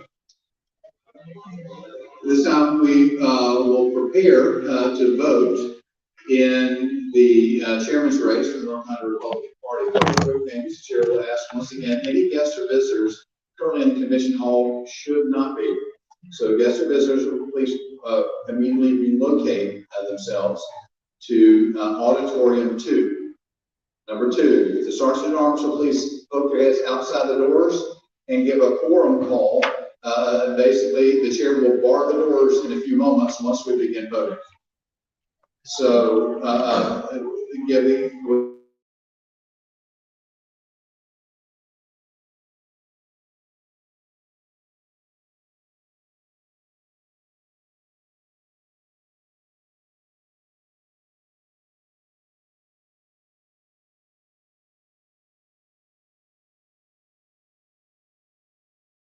to make your way back to the convention hall. Delegates should please also seat themselves in the sections reserved. Chair, thanks, gentlemen. Will seat themselves in the sections of the convention hall reserved for their county. And the chair needs a little bit of instruction on voting procedure electronically. Does anyone, yeah, anyone from staff have any instructions relative to that?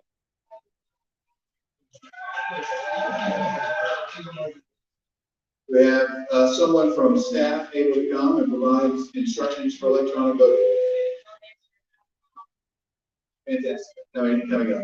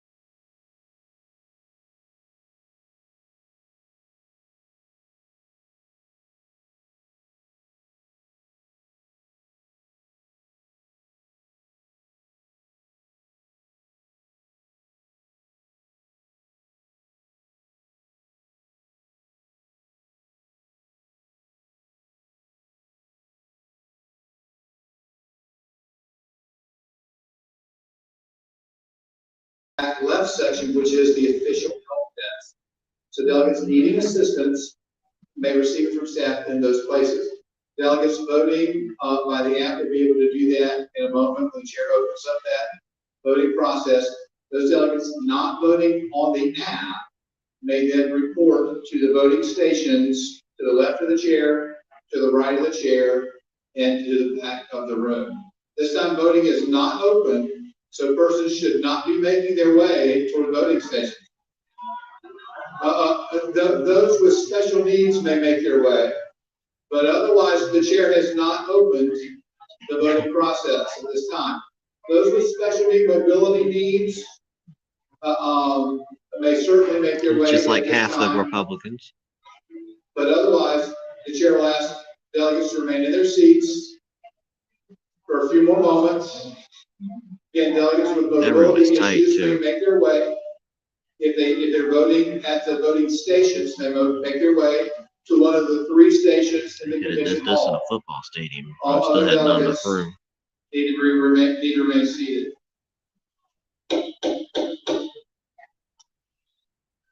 Once voting is opened up, the chair assumes there'll be some amount of buzz in the room as people move around or vote and finish voting and whatnot. Until then, the chair is going to need the convention to be in order. Chair thanks the commission for its indulgence, and by the way, in a contentious and excited and energized environment, it's the opinion of the chair that the convention has actually maintained itself quite well. And give yourselves a hand. You've done good. With a few exceptions. Mr. Chairman, Someone rises, for my information, recognize the gentleman. Rick Hopkins, Craig County Chair. This is my first convention, and being a retired IT specialist, since we are voting electronically, and the rules specifically state those that are voting must be on the convention floor, how are we ensuring that the votes coming electronically are being made in here? Chair, thanks the gentleman for his.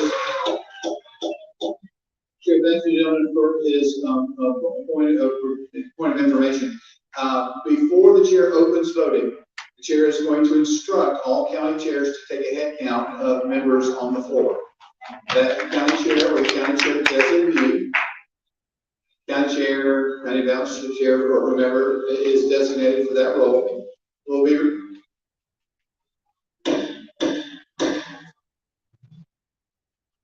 Convention will be in order. Will be responsible for ascertaining the number of persons from their county present on the floor. This time, the chair is going to order the doors to be barred. No delegates may enter or leave. Point of information at this time. Gentleman rises to point of information. Given that some delegates aren't sitting with their counties, should they be counted by, how would they be counted? They're going to be asked again to return to their counties. The chair thanks the gentleman. So once again, the chair's going to assume What a mess. that the persons moving around are making their way toward their county delegations. Any persons not seated within their county delegation need to move there now. In just a moment, the chair will instruct the county chairs or the county chair designees to take account of members present in the convention hall. It will then be the responsibility of the county chair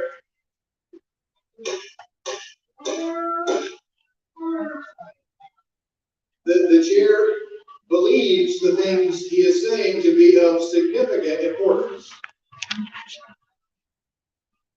And the chair will ask that the noise from here cease.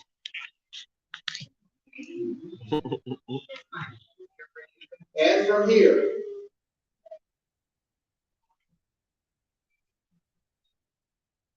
The county chair or the county chair designee will then be responsible for noting when the votes are presented to make sure that more votes were not cast from that county than were present on the floor at the time.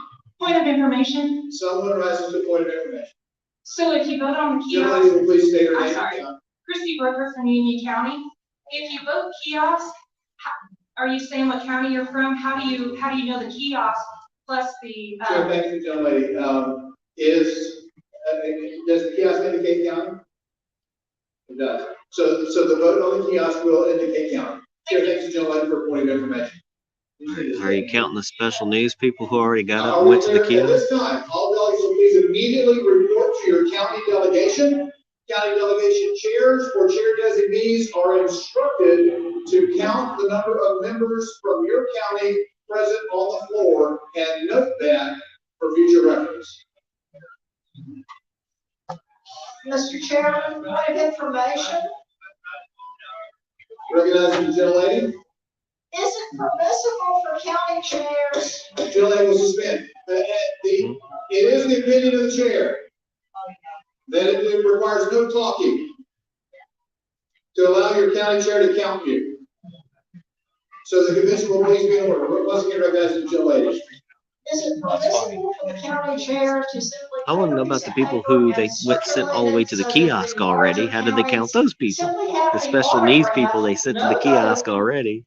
Then we can use the machines, we can use the people that don't want to use them. When you're can special use needs, paper I mean ballots. mobility problems. But for That's the about half the county people chairs that in are here. large counties to, Not do to be a head mean, count but without paper even me, I is feel going to be awful a this challenge. morning. In the opinion of the chair, the method of the head count is left up to the county chair. So, Thank you, Mr. Chairman. Chair, thanks, gentlelady. Once again, county chairs are instructed to ascertain the number of delegates from the county delegation present on the floor at this time and note that number so they may compare it with the vote totals to appear after the election. This is a nightmare.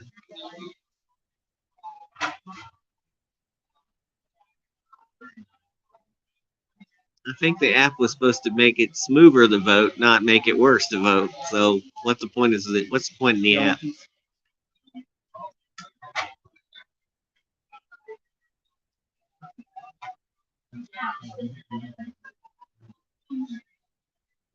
We got no picture now. While this is going on, the chair would ask that the Mecklenburg County chair, where's Mecklenburg County? Please count the chair as among the delegation. Chair, thanks, gentlelady.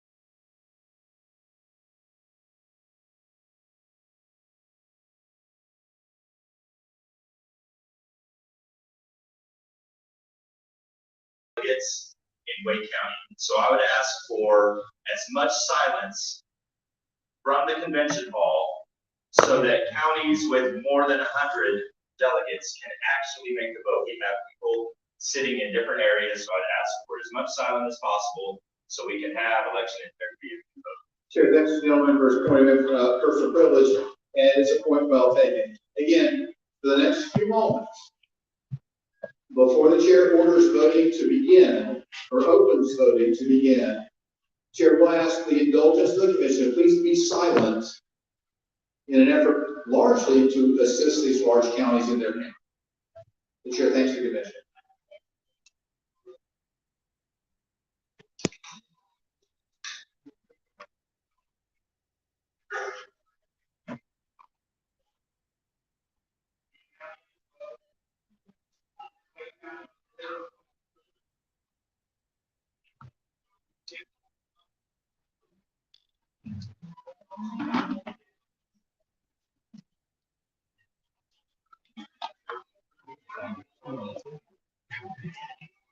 Mr. Chair.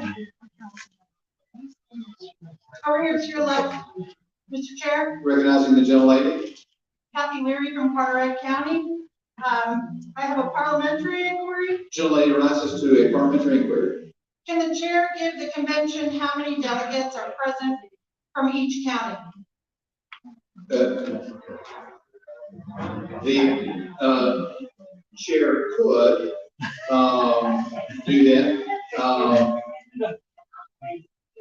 Presumably by going through a roll call of the counties.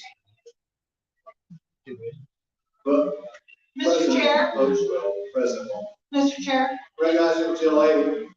It's in order for the convention to know how many delegates are in each county. I agree with here that. at the vote. Let's do that.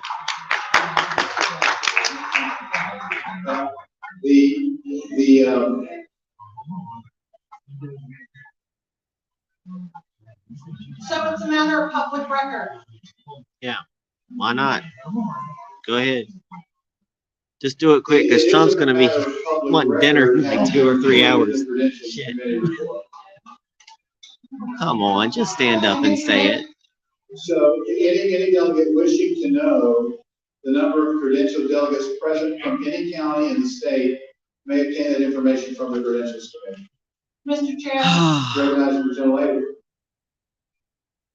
The credentialed delegates are not necessarily sitting on the floor.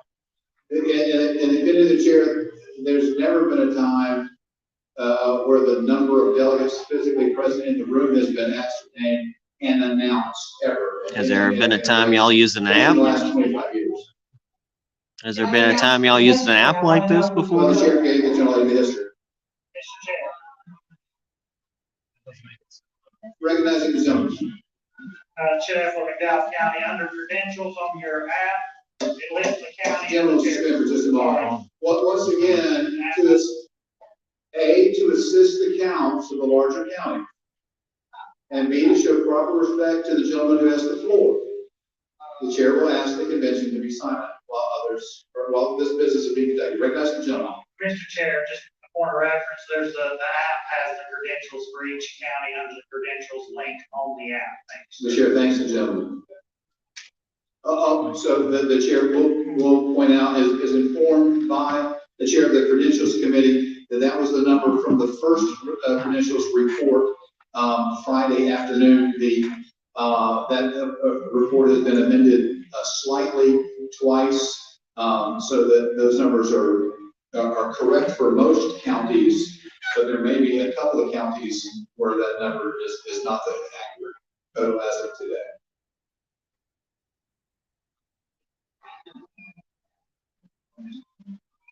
Mr. Chair.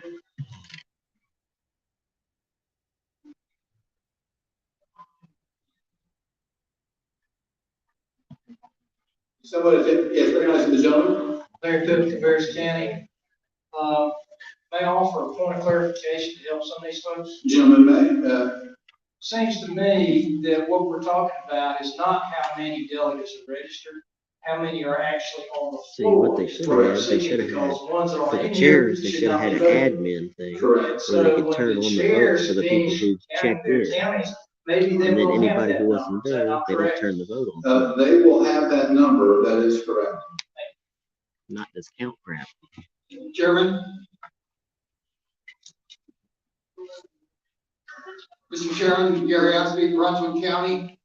This is my first convention, so I'm trying to understand this. We just had the county And I thought the app was supposed to chairman increase. count how many people are Well, you're here, good.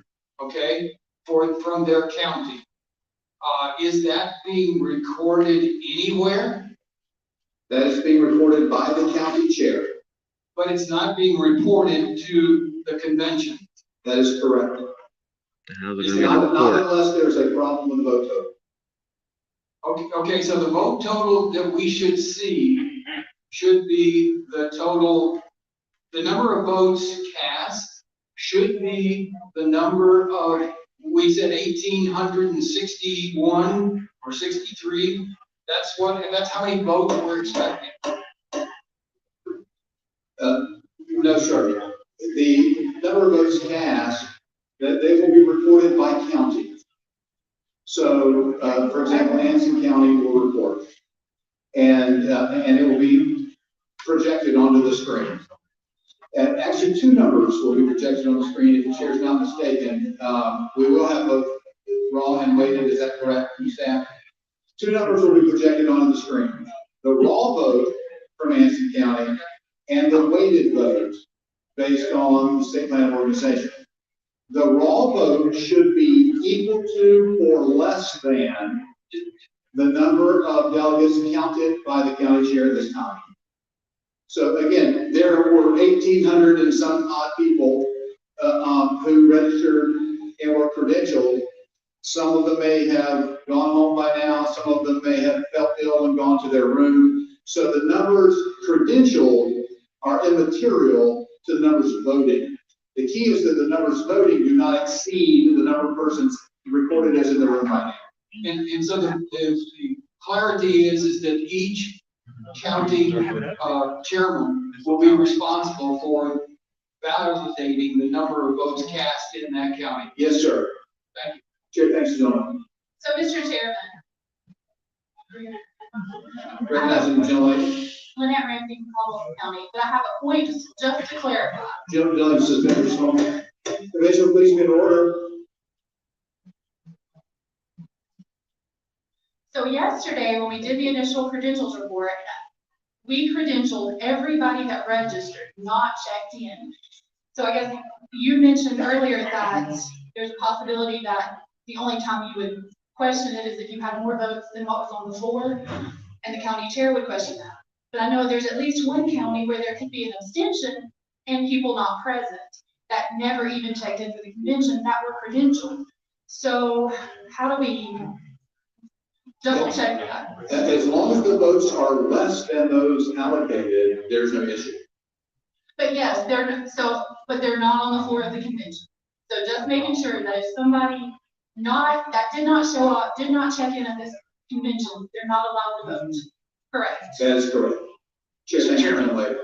Point of information. Gentleman rises. Can we have an update from the counties as to their current county status so that we can Yes, move forward? gentlemen, start again. Can we please, Lawrence Shaheen, Mecklenburg County, can we please have an update from the county chairman as to their county status? It's now the commission will be in order. Do any county chairs or designees need more time to ascertain their membership present on the floor? Okay, so. Mr. Chair. They should have done this one starting this morning. I mean, we're only what, a couple hours. It has been I mean, and they've got security. Actually, ordered by the chair, requested 2 hours? very politely by the chair of one of the largest, well, actually probably the largest county in Tennessee today. It's like, I think it's 6:30, I think. So that they It might be may 8:30. discharge I think their it's duty 6:30.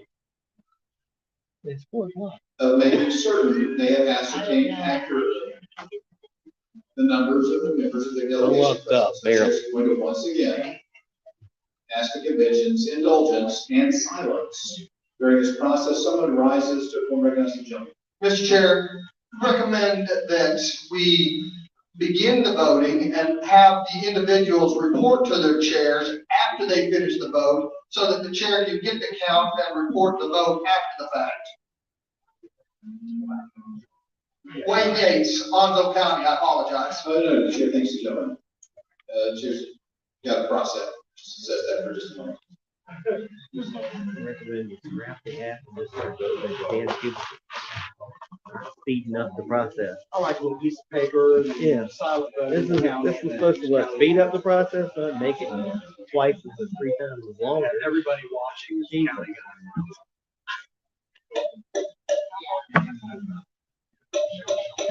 Or give the county chair Quiet, an please. admin app where they check the people in the app and then turn the things off for the people who aren't. If the chair is correctly understanding the gentleman's suggestion, that we go ahead and vote and ascertain how many people are here after the vote, the opinion of the chair, that defeats the purpose of ascertaining the number of persons present in the county. The idea is to find out before the vote how many people are here, so as to be certain that no more people vote than should have.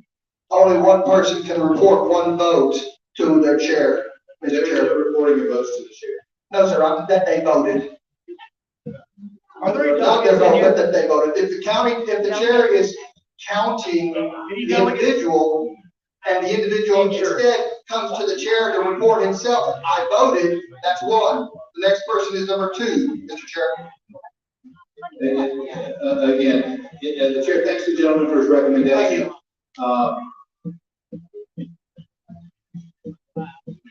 How close are we to this far into the room to being prepared? Is this end of the room prepared? If not, shout no.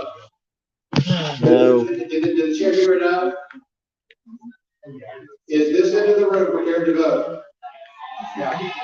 It will help me if just silence. If you're not prepared to vote, please shout no. Is that a county chair saying you've not finished your count?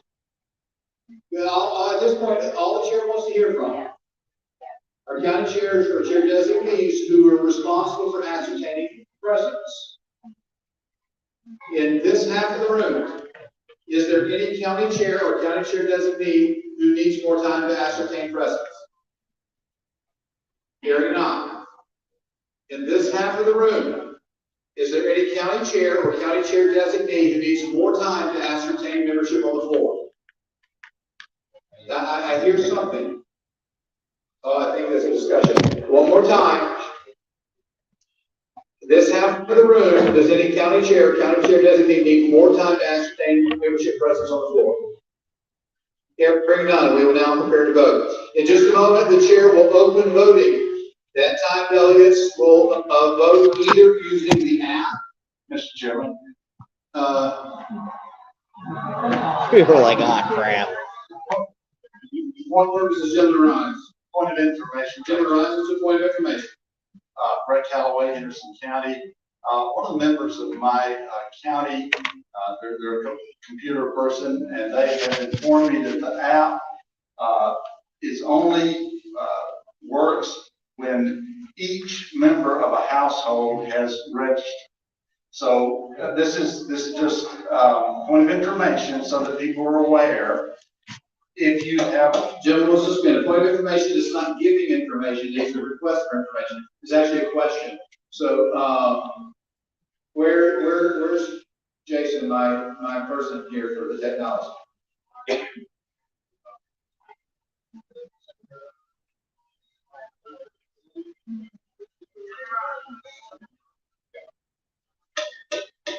The chair is informed, the commission will be in order. The chair would prefer not to answer this question again. Chair is informed that each individual delegate has their own individual voting capacity. If there is a problem, help can be obtained at this section, that section, and that section. But the chair's understanding that the app is designed so that each individual delegate has individual voting capacity. If in a moment, assuming we can open the voting in a moment, If in a moment there are challenges or difficulties, persons with challenges or difficulties should report for help at one of the 3 voting stations, or preferably the help desk, the back left of the room. Having said all that, we will prepare to vote. Once again, the chair is going to allow persons with mobility issues to make their way, who are not voting via app, to begin making their way to the voting stations. If you have mobility issues and are not voting via app, please make your way to one of the 3 voting stations. And whoever's running the technology for this, the chair is ready. We will open the Mr. voting. Chairman, Oh, crap. Mr. Chairman, to your right, Clark Porter, Guilford County. Oh, Clark, what you doing? Yes, right. The kiosk, how many kiosks will we have in He operation said for this? 3. 3 for 2,000 people. How many are there? 12 to 15. You just said How 3. many are there? 12 to 15. Oh, okay. I was like 3. It's like 3 for like 18. The chair's informed there are 16 voting stations. Okay, Chair, that's- thanks, that gentlemen. makes more At sense. this time, I think I've said that before. At this time, everybody shut up. Let's vote. We will open voting for the election of North Carolina chair of the North Carolina Republican Party. Delegates may vote by app. Those not voting by app may please report to a voting station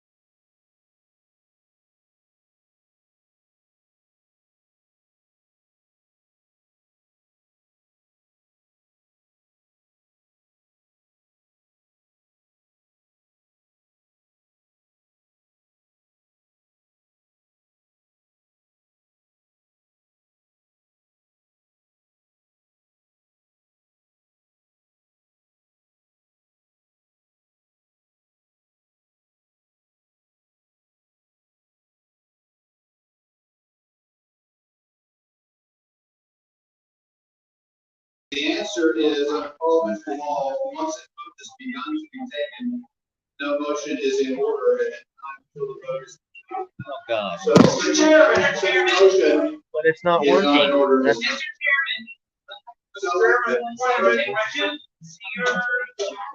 but the technology's not working. Now it's not kicked everybody out. Mr. Chairman, point of information. The What if their chair phone died? will not. Kiosk probably stopped working now. You know what would be nice right now? The power to go out. Please. Power go out. We can blame the Democrats. The chair is instructed that. Somewhere there's probably some liberal figuring out what pole they need to crash into. Make power The chair go is instructed that there was a connection problem that has been resolved and would encourage the delegates to continue with the voting process. Mr. Chairman, It's going to take forever just to go through the metal detectors for the Trump data. Mr. Chairman, Recognizing the gentleman. I got to charge my phone. share that the app appears to be working.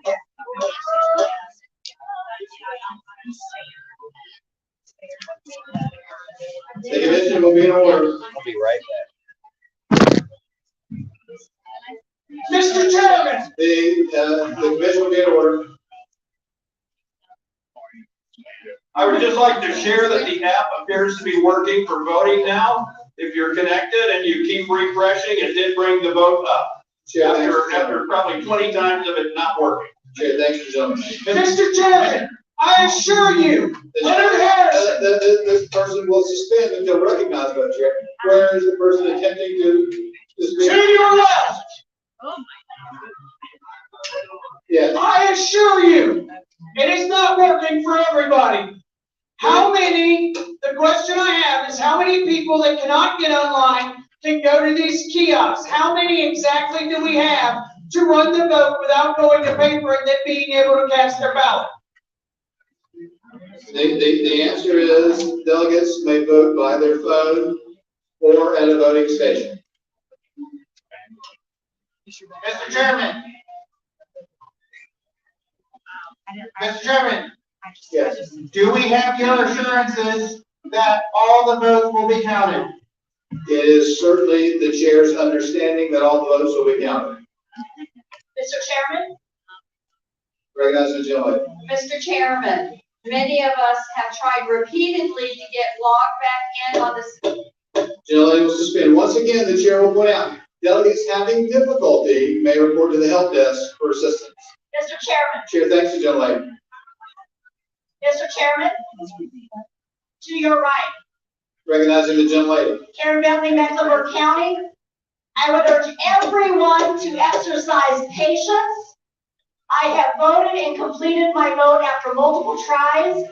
Please exercise the options available to you and be patient. Thank you. Chair, thanks the gentlelady for a point of personal privilege. Mr. Chairman. Angelique Boylan, Pasquotank County. A question about what is going to appear on the screen as we vote when we finally get it to work. Will there be county by county votes displayed that will show how many for each county? Yes, ma'am. For each candidate, so Yes, we will ma'am. know if our votes are recorded? Yes, ma'am. Per candidate. Yes, ma'am.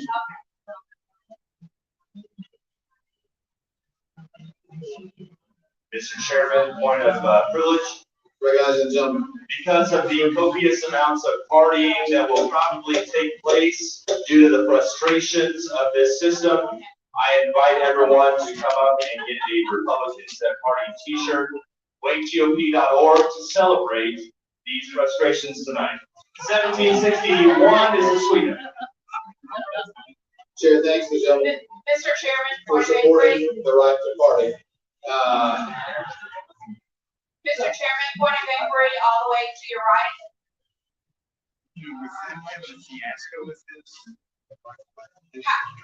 Yes, right on. Understanding that there are so many problems with the technology, how do you know that your vote has been recorded? It's the chair's understanding that once the system says one's vote has been recorded, one's vote has been recorded.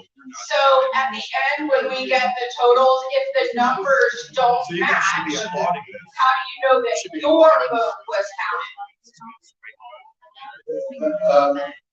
The chair's not quite certain what the gentlelady means by if the numbers don't So match. let's just, for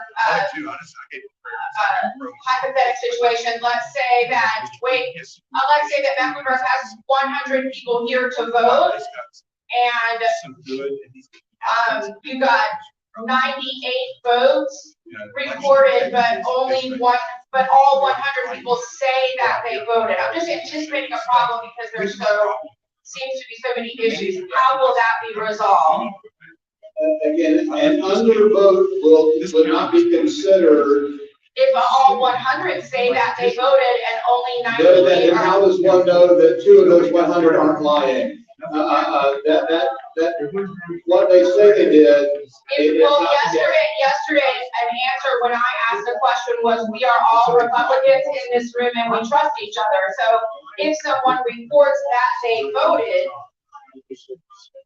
we should trust them because they're a Republican. Should that come up, the chair will consider the situation. Thank you. Okay, thanks, Neil. Mr. Chairman. Mr. Chairman. Not quite sure where that's coming from. To your left. Is there a place on the app that we can go to ensure our vote was collected? The chair's understanding that a screen pops up and indicates the vote was taken. Well, it says that it's completed or not. Correct. But is there a place where we can see that the vote went to a particular person? If it says completed, that is the indication that the vote was recorded. Chair, thanks the gentleman. Mr. Chairman? Yes, you need to get your guys a ban. Yeah. Mr. Chairman, over here, all the way over to your left, the mic over to your left.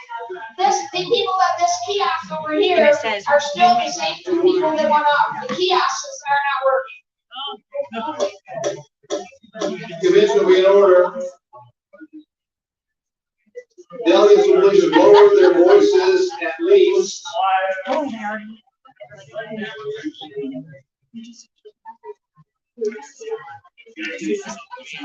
Delegates will please lower their voices, if not stop talking to the chairs, incapable of hearing.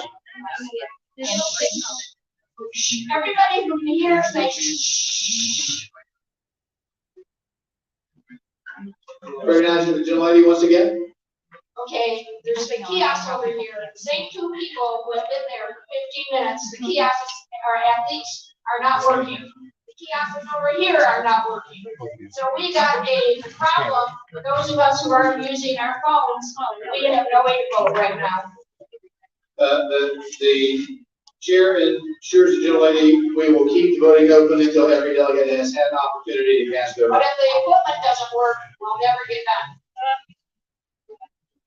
Mr. Chairman, to your right, Mecklenburg County. Mr. Chairman, Steve DeRose, Mecklenburg County. Just to let you know, I left my vacation for my wife and kids to come here to be at the convention today. My other mobile device, which is 700 miles away in the state. The convention will be in general suspension. This will be in order. The convention will be in order.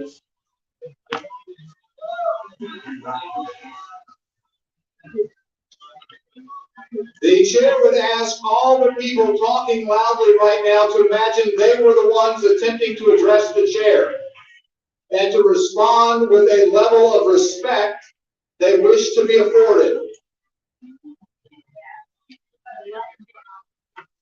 The convention will be in order. Anyone still talking needs to cease. Recognize the I'm gentleman coming, once everybody again. else. If you're a Mr. Chairman, guest, Steve DeRosa. download the app and vote, because we Let can. you know, I traveled here. We can vote, if you're a guest, it's already been done.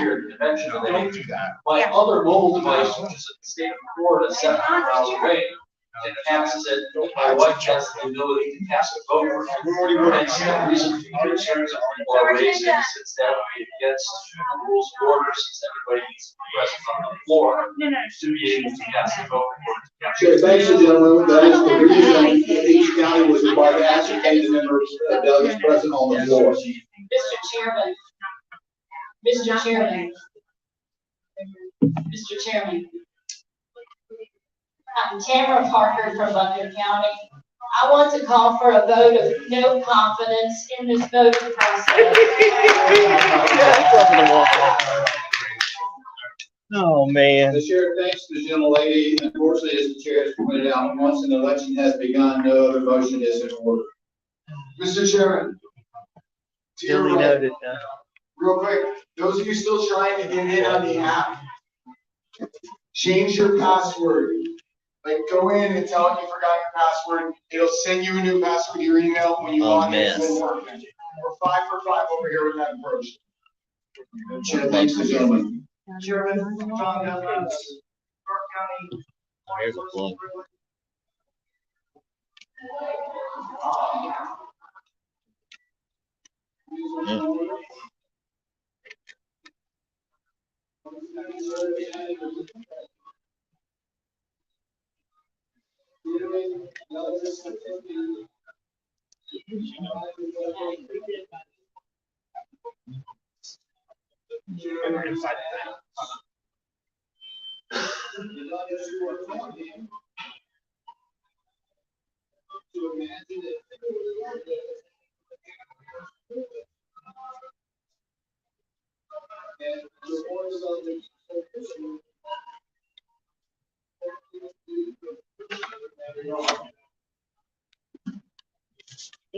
Recognize the gentleman again. I would ask if you have voted to get off the Wi-Fi and off the app, so everybody else can do it. It's a bandwidth problem. Thank you, Chairman. Chair, thanks the gentleman. And Chair would consider that point of order very well taken. This is a mess. Delegates who have voted, if you'd be willing to get off the app At least and off the two people Wi-Fi, here. that may help. That can vote. That's what I was thinking. Bandwidth issues. See, that's what I was thinking. At least two can